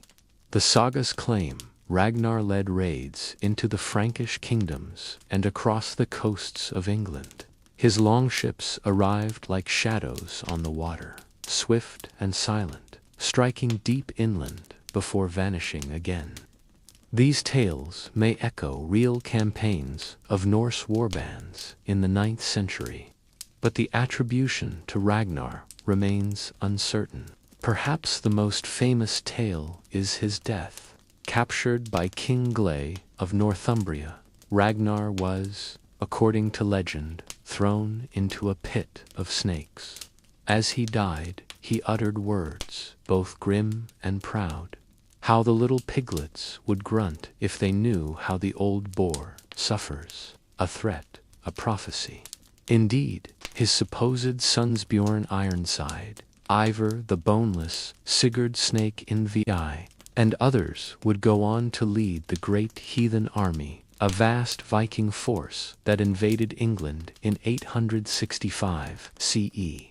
Their campaigns were brutal, strategic, and enduring.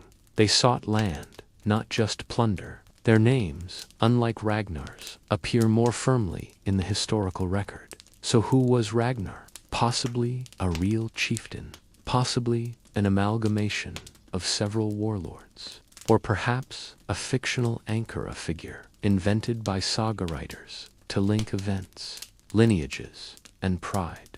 Regardless, his legacy mattered. For centuries, Norse poets recited his deeds. Kings claimed descent from him. His sons became models for leadership, vengeance, and endurance.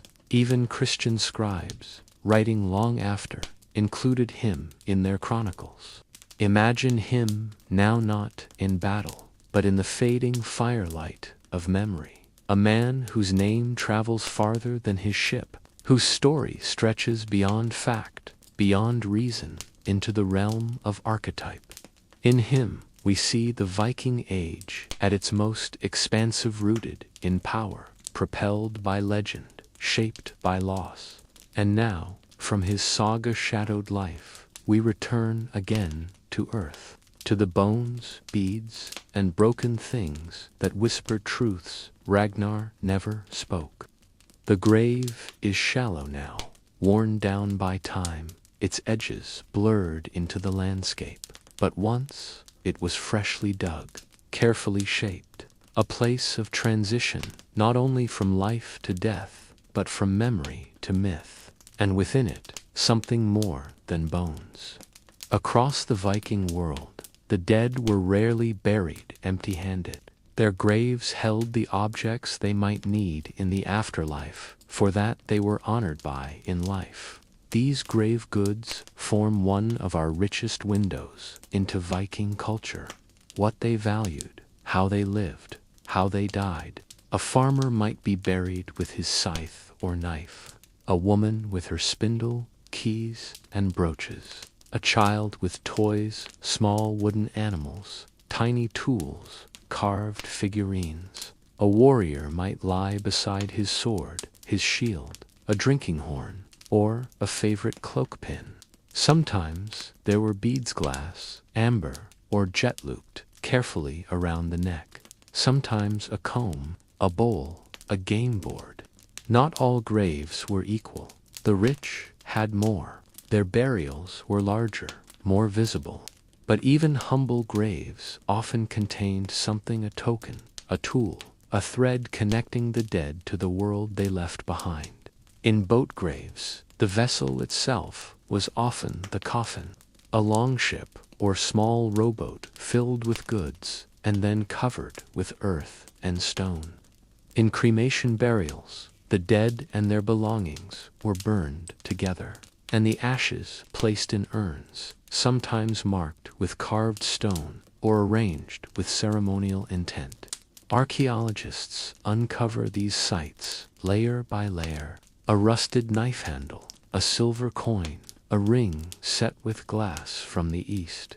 These items tell stories not found in texts. Trade networks, personal taste, regional custom, and religious belief. Some graves are complex.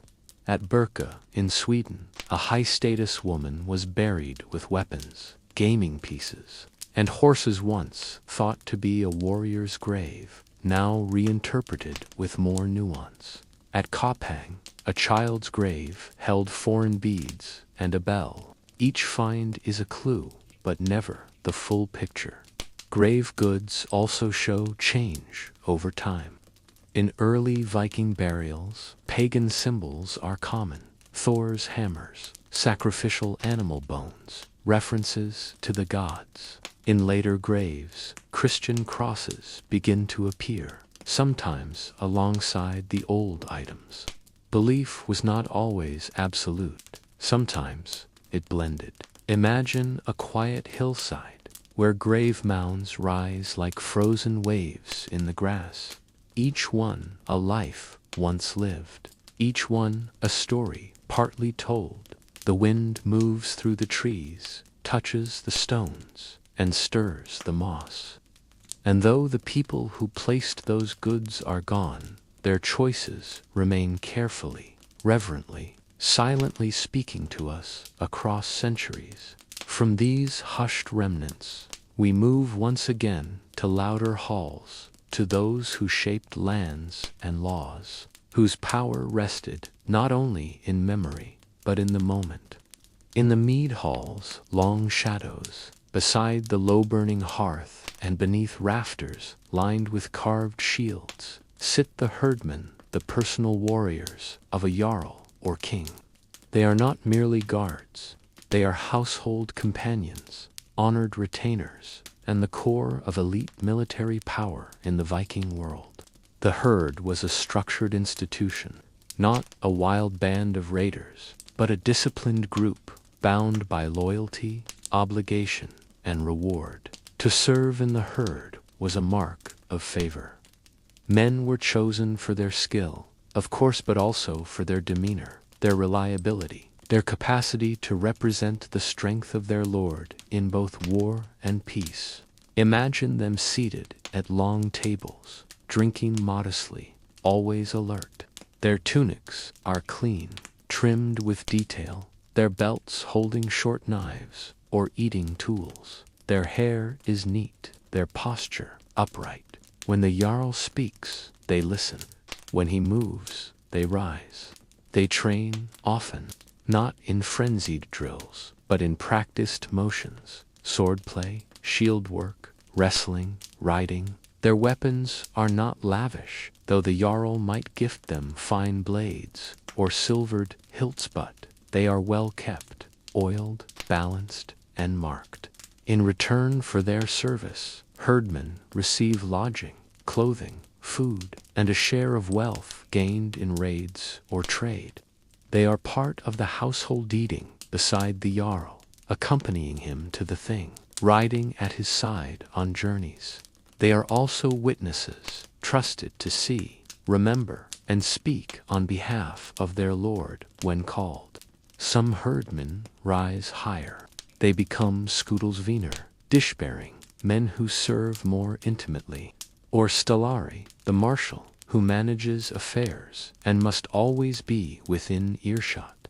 These ranks are not symbolic. They hold weight, legally and socially, and they are not all young. Some herdmen are older, grizzled from campaigns past. Their value lies not only in strength, but in steadiness, in the ability to hold a line, keep a secret, read a room. Women, to appear in these circles, not as warriors, typically, but as stewards of the hall, handlers of information, or companions of influence. The elite household is a web of relationships, all moving around the jarl, who stands not alone, but supported by those whose hands bear swords and whose mouths speak carefully. When disputes rise between chieftains, it is the herd who ride first. When a threat looms, they stand between fire and timber, and when peace settles in, they become silent, guardians leaning against beams, scanning the horizon, keeping the balance. Their loyalty is not absolute.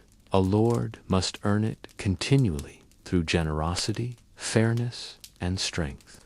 Lose their respect, and they drift away, quietly or with purpose, to a rival hall. Now, as the torches gutter and the fire burns low, the herdmen rest. Not deeply, they are trained not to. Their weapons lie within arm's reach, their boots near the door, their oaths still warm on their tongues. And so we leave them here, in this quiet moment of tension and ease, and step back again to the ordinary, to the daily world of care, of labor, and the small acts that shaped the Viking soul. Before the sun rises fully over the ridge, before the fire in the hearth is rekindled, before the longhouse begins to stir, someone is already walking the path toward the stream. A wooden yoke rests across their shoulders, buckets hanging low on either side, sloshing gently with each step. Fetching water is one of the simplest chores in the Viking world. and one of the most constant. There are no wells inside the house, no pumps, no pipes. Water must be carried every day from wherever it flows. A nearby stream, a spring, a carved trough filled by rainfall. In winter, it must be broken from ice. In summer, filtered through moss to clear the silt.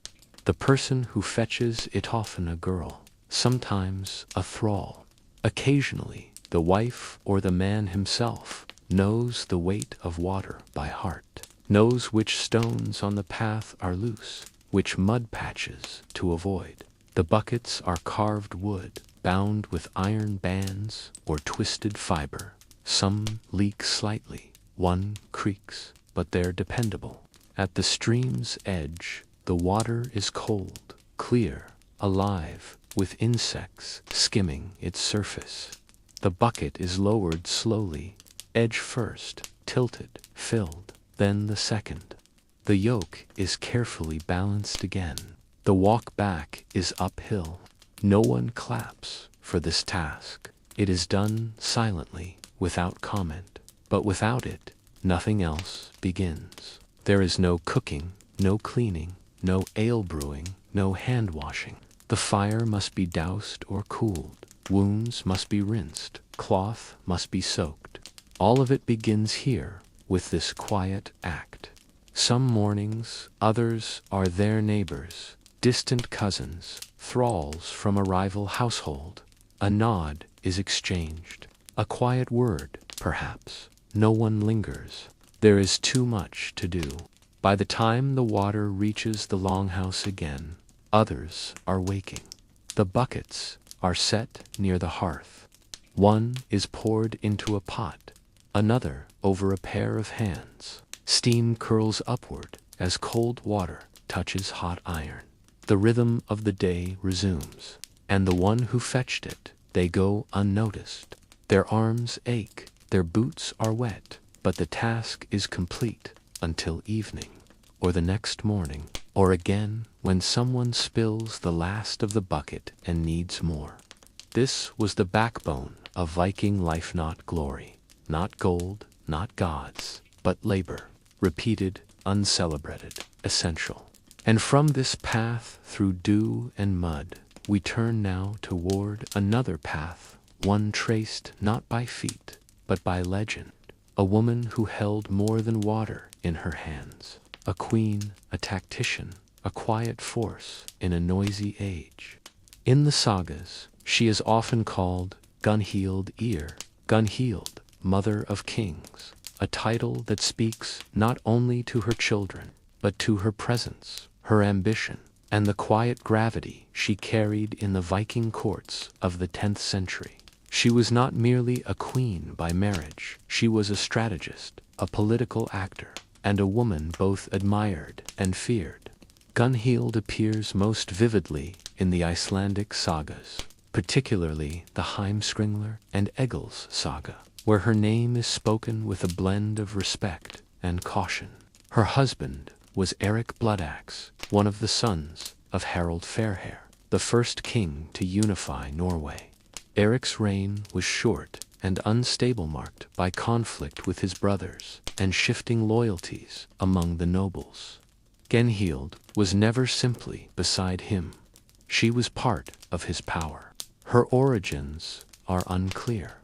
Some sources say she was the daughter of a chieftain in Hålogaland. Others claim she trained with sorcerers in the far north, learning the seer, the arcane Norse magic associated with prophecy and influence. Whether literal or symbolic, this connection marked her as more than just a royal consort. It made her dangerous.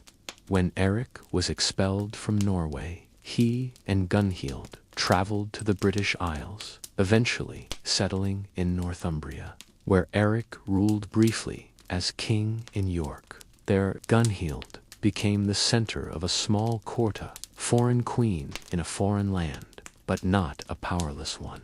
She bore several sons, many of whom would go on to claim kingship in Norway, often violently. Her influence extended across generations. She arranged marriages, formed alliances, and is said to have dealt ruthlessly with those who insulted her or threatened her family. In Egil's saga, she is portrayed as both regal and vengeful a queen, with a long memory and a sharp mind. But not all depictions are hostile. Other sources present her as cultured, composed, and politically shrewd. She was not a warlord, but she understood the mechanics of power, when to give, when to threaten, when to wait. After Erik's death, slain in battle, Gunnhild returned to Norway with her sons, supporting their claims and strengthening their footholds. Eventually, she faded from the record, her death unrecorded, her legacy dispersed into the ambitions of her descendants. Imagine her now in a great hall, seated at the center, not loud, not boastful, but watching everything. Her hair coiled, her cloak heavy with brooches, her voice low and measured, not loved by all, but remembered. Gunnhild reminds us that power in the Viking world was not only about the blade, it was about lineage, influence, timing. She wielded no axe, but she shaped kingdoms. And now, from court and cloak, we return to ash and earth. The remnants of lives less known, revealed one shard, one hearthstone, one buried bowl at a time. The hearth is long cold now. Its stones are darkened with soot, its outline barely raised beneath centuries of turf and soil. But when archaeologists gently peel back the earth inside a Viking longhouse, they always look here, first tacked the center. The fire was the heart of the home, and in its ashes, history lingers. In sites across Scandinavia, Britain, Iceland, and beyond, the layer just beneath the living floor, the cultural layer, as it's often called, holds a slow sediment of Viking life. Not treasure, not weapons, but the true stuff of survival. Fish bones, charred barley, broken spindle whorls, worn knife handles, burnt pottery, and scattered beads. Ash preserves. The slow buildup of soot, smoke, and daily debris creates a record no saga ever told. One fire pit might contain the shells of mussels eaten during a coastal summer. Another might hold the blackened remains of a child's lost wooden toy.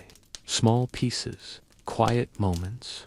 There is no ceremony here, no deliberate message, just layers of life, stacked year by year. A house lived in for decades might contain dozens of such layers, each marked by subtle shifts. A change in diet, the introduction of iron tools, the arrival of a new type of ceramic from across the sea.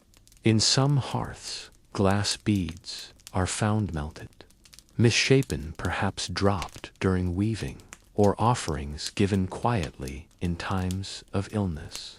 In others, bones from birds or dogs, sometimes marked with knife cuts, sometimes not. These are not graves, they are leftovers, swept aside, slowly buried. Some homes were rebuilt over time. When one roof rotted, another was raised in its place. But the hearth often remained.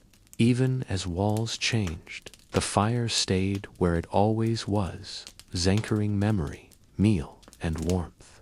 Occasionally, beneath the hearth, something more deliberate appears. A foundation deposit, a cow's jaw, an iron blade, or a small stone carved with a symbol. Perhaps a blessing, perhaps a ward against misfortune. We cannot say for certain, but the care with which these objects were placed suggests belief, a hope that what was buried would shape what came after. These layers are fragile. Once disturbed, they cannot be replaced. And so archaeologists work with slow precision, brushing ash from stone, sifting dirt through fingers, placing each shard in careful order. In the lab, the contents are catalogued, charred cereal grains, identified by type, tiny bones compared to wild and domestic species. Cloth fibers viewed under lenses until the weave becomes clear. And from it all, a picture emerges, not of kings or queens, but of a woman making soup, a man carving a comb, a child burning a bit of kindling too eagerly. From the hearth rises the scent of barley, smoke, wool, and lye soap. And now we leave its quiet ring once more. For the formal spaces again where voices rose, not to sing, but to rule. In a private room, far from the hearths of farmers and the clang of the forge, a man sits bent over a narrow table. Before him lies a sheet of vellum, smooth and pale, stretched tight over a wooden board. The light from a small oil lamp flickers across his fingers. He dips a carved quill into a pot of ink and begins to write, not in runes, but in Latin script. This is a world few Vikings entered, a world of letters, contracts, and record. By the 11th century, as Christianity took firmer root in Scandinavia, literacy began to spread slowly, unevenly, but with purpose. The Viking elite, negotiation and memory. They wrote not poetry, but law, not tales, but treaties. Charters were issued, property recorded, marriages formalized in script. This was not casual scribbling, it was deliberate. To possess written records was to hold permanence. An oral promise could be forgotten. A written one could be cited. These early writers were often clergy foreign monks, missionaries, or educated native converts. But over time, secular scribes appeared. Sons of the elite might be sent to schools in England, Francia, or even the Holy Roman Empire. They returned not only with faith, but with knowledge of ink, of parchment, of written authority. Imagine a jarl receiving a charter from a bishop, stamped with a wax seal, affirming his rights to a tract of land. He cannot read it himself, perhaps, but he knows what it means. He stores it in a chest, wrapped in cloth, beside coins and jewelry. Its presence speaks for him when he is absent. It cannot be misremembered. And yet, writing never replaced speech entirely. The law remained oral in many places, recited by the law speaker, learned by heart. The sagas were still spoken aloud, shaped by performance. But now, writing accompanied them as a shadow, as a safeguard. In Iceland, this dual world became especially clear. The sagas, written down in later centuries, preserved the speech of generations. Their authors, often anonymous, were literate but respectful of the oral tradition. They wrote in prose, but remembered the cadence of voice. The tools of writing were precious. Ink was made from soot or gallnuts, carefully mixed with iron salts. Quills were cut from bird feathers, geese for broad strokes, ravens for fine, scraped and stretched until it was thin and strong. Writing was slow. Writing was slow. Mistakes were scratched out with the tip of a knife. A single page might take a day. Women, too, appear in this world, especially in religious houses, where some nuns copied texts or taught reading. Their presence is subtle, but visible in the margins of certain manuscripts, where a different hand corrects or comments. And so, among the elite, writing was not a luxury. It was a signal, a mark of being part of the wider world, a world where agreements could be shipped, not shouted, where names could endure in ink. As the ink dries and the lamp gutters low, we step again from the quiet room to the fields beyond, to where tools and touch, not quills, shaped daily life. The sky is wide and pale, the light golden, slanting across low fields of barley that ripple in the wind like water. It is late summer. the season of harvest. And across the Viking countryside, men and women bend low with sickles in hand, their movements slow but steady, in rhythm with the earth and with each other. The harvest is not a festival. It is labor. Long, methodical, necessary. The grain must be cut before the rain returns, the heads bundled, tied, dried, and stored. Every stalk counts. Every bundle matters. There is no excess. A single week's delay could mean mold. A single storm could flatten the field. Children scurry between rows, helping gather dropped stalks. The youngest ride on their mothers' backs, lulled by the sway of her steps. The older ones carry baskets, their fingers stained with soil. Even the elderly take part tying sheaves, scaring birds, sorting grain. Nearby, the threshing begins.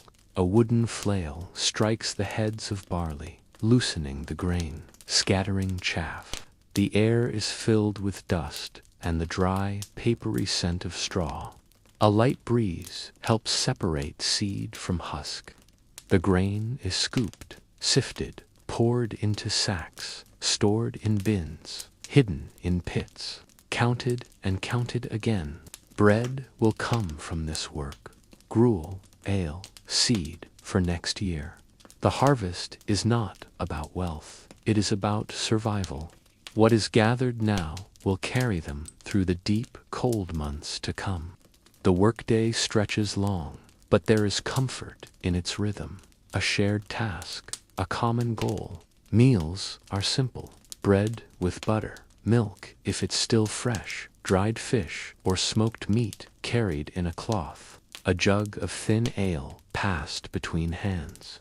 In the evenings, as the sun dips and the fields grow quiet, the bundles are stacked in tight rows, tools are checked and cleaned, backs are stretched, hands are rubbed with lard. No feasts, no songs, just tired satisfaction and the comfort of a job well begun. Later, the straw will be used for bedding, for roofing, for insulation. Nothing is wasted. Every stem has purpose. Every harvest links them to the last, to the next. This was the pulse of Viking life, not raids, not voyages, not battles, but the land, its cycles, its demands, its quiet generosity when treated with care. And now, as the wind stills and the grain rests in tall bundles, we turn once more to memory, to the long shadow cast by an age now faded, and the last reflections in the glow of its firelight. The sea is harsh today, gray, wind-tossed, flecked with ice, but a longship cuts across its surface, its hull broad, its sail straining.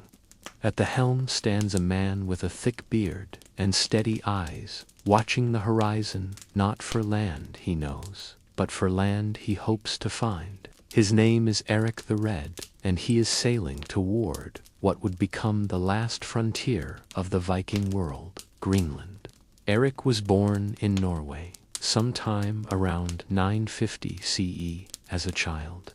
He and his family were exiled and fled to Iceland, a land still wild, still fresh with possibility. But the cycle of violence followed him.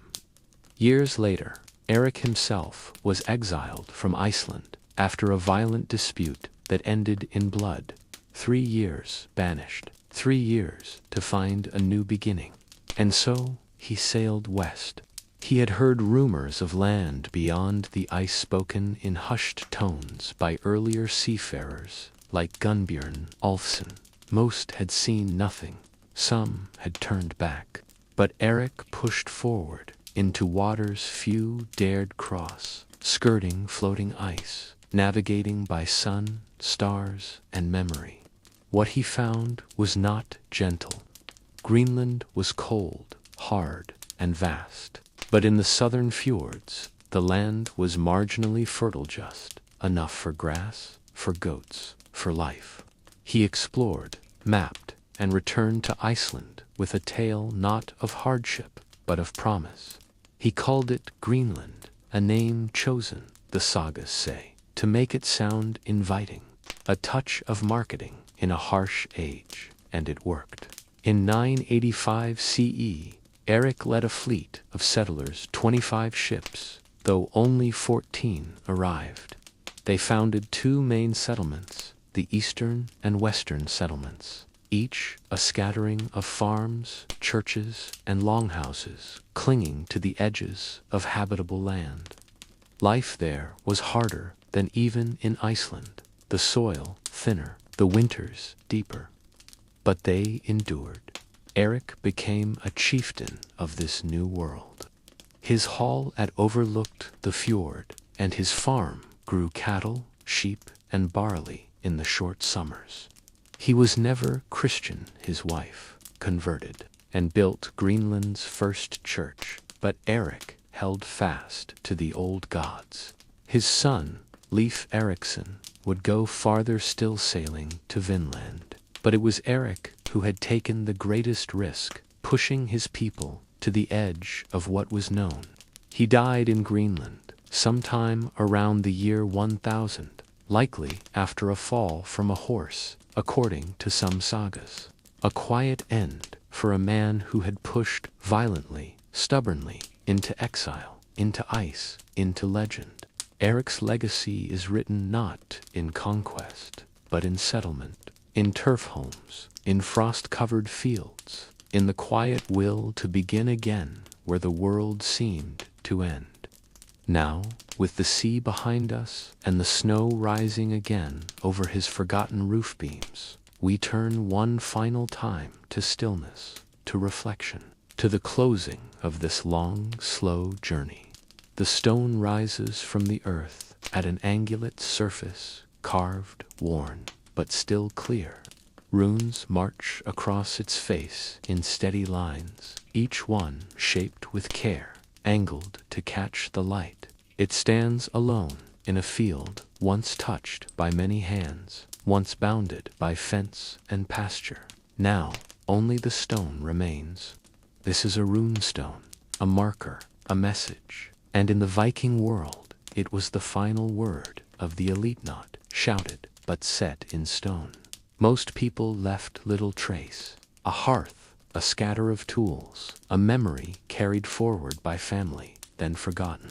But those of wealth, of status, of ambition, they raised stones, not for vanity, for permanence. The inscriptions vary. Some are grand. X raised this stone in memory of Y, a good man, brave in battle. Others are simple. He died in the East. Some invoke Thor or Christ. Some include stylized beasts curling into abstract shapes. Others are clean, spare, direct. They served many functions. Memorial, certainly, but also proclamation. A declaration of land rights. A statement of kinship. A symbol of presence. These stones stood beside roads, near bridges, on the edge of farms. Public scene. Read aloud. To raise a stone was costly. The rock itself had to be quarried and shaped. A runemaster hired to inscribe it. Laborers to haul and erect it. Few could afford such an act. Fewer still could make it last. But those who did, jarls, merchants, landowners, secured a kind of second life. Their names echoed across generations. Even now, 1,000 years later, we speak them again, not in reverence, not in ceremony, but in acknowledgement. Some stones tell of voyages. He died encircling one Persia. Others mention treasure, or brothers, or wives who built in mourning. The emotional restraint of the words is striking. No flourishes, just fact, but in that fact, a pulse of loss. The stones remind us that memory was crafted, that legacy was not accidental, that even in a world of shifting loyalty and harsh winters, some reached for immortality not through war, but through words carved deep into granite. And now the sun slips low over the carved face of one such stone. Its shadow stretches long across the grass. The field is empty, the voices long gone, but the runes remain. From here we turn not forward, but inward, from power and proclamation to quiet reflection. It is time to return from the past and into rest. And now the torches are extinguished. The hearth burns low. The fields lie still beneath the soft hush of twilight. The sails are furled. The combs are put away. The runes go unread beneath moss and wind. And the voices of the Viking world fade not in violence, but in quiet. The Viking age did not end all at once. It faded slowly, like mist over the fjord. Trade replaced raids. Latin replaced runes. Christianity settled into corners once filled with the old gods' names. Longhouses gave way to timber churches. The rhythm of life shifted, but it did not vanish.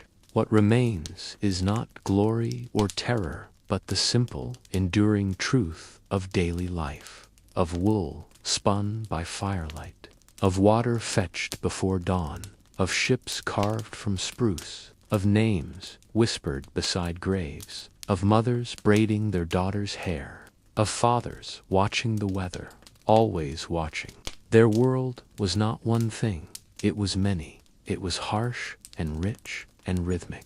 It was shaped by soil, by story, by silence. And now it sleeps beneath the earth preserved in ice, in stone, in the quiet echoes of sagas that still linger, like distant voices calling over the water. As you lie here now, breathing slowly, gently, perhaps you feel the weight of their world soft, not heavy.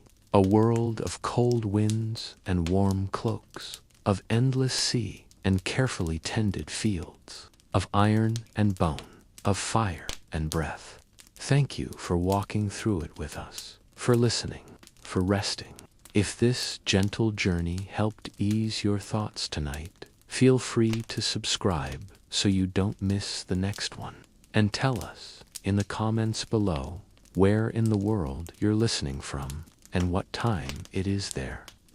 It's always a quiet comfort to imagine others drifting off, scattered across time zones, connected by this slow current of history. For now, close your eyes, let the sound of the wind fade, let the echoes of oars, of stories, of low voices at the thing slip softly from your mind, and sleep well.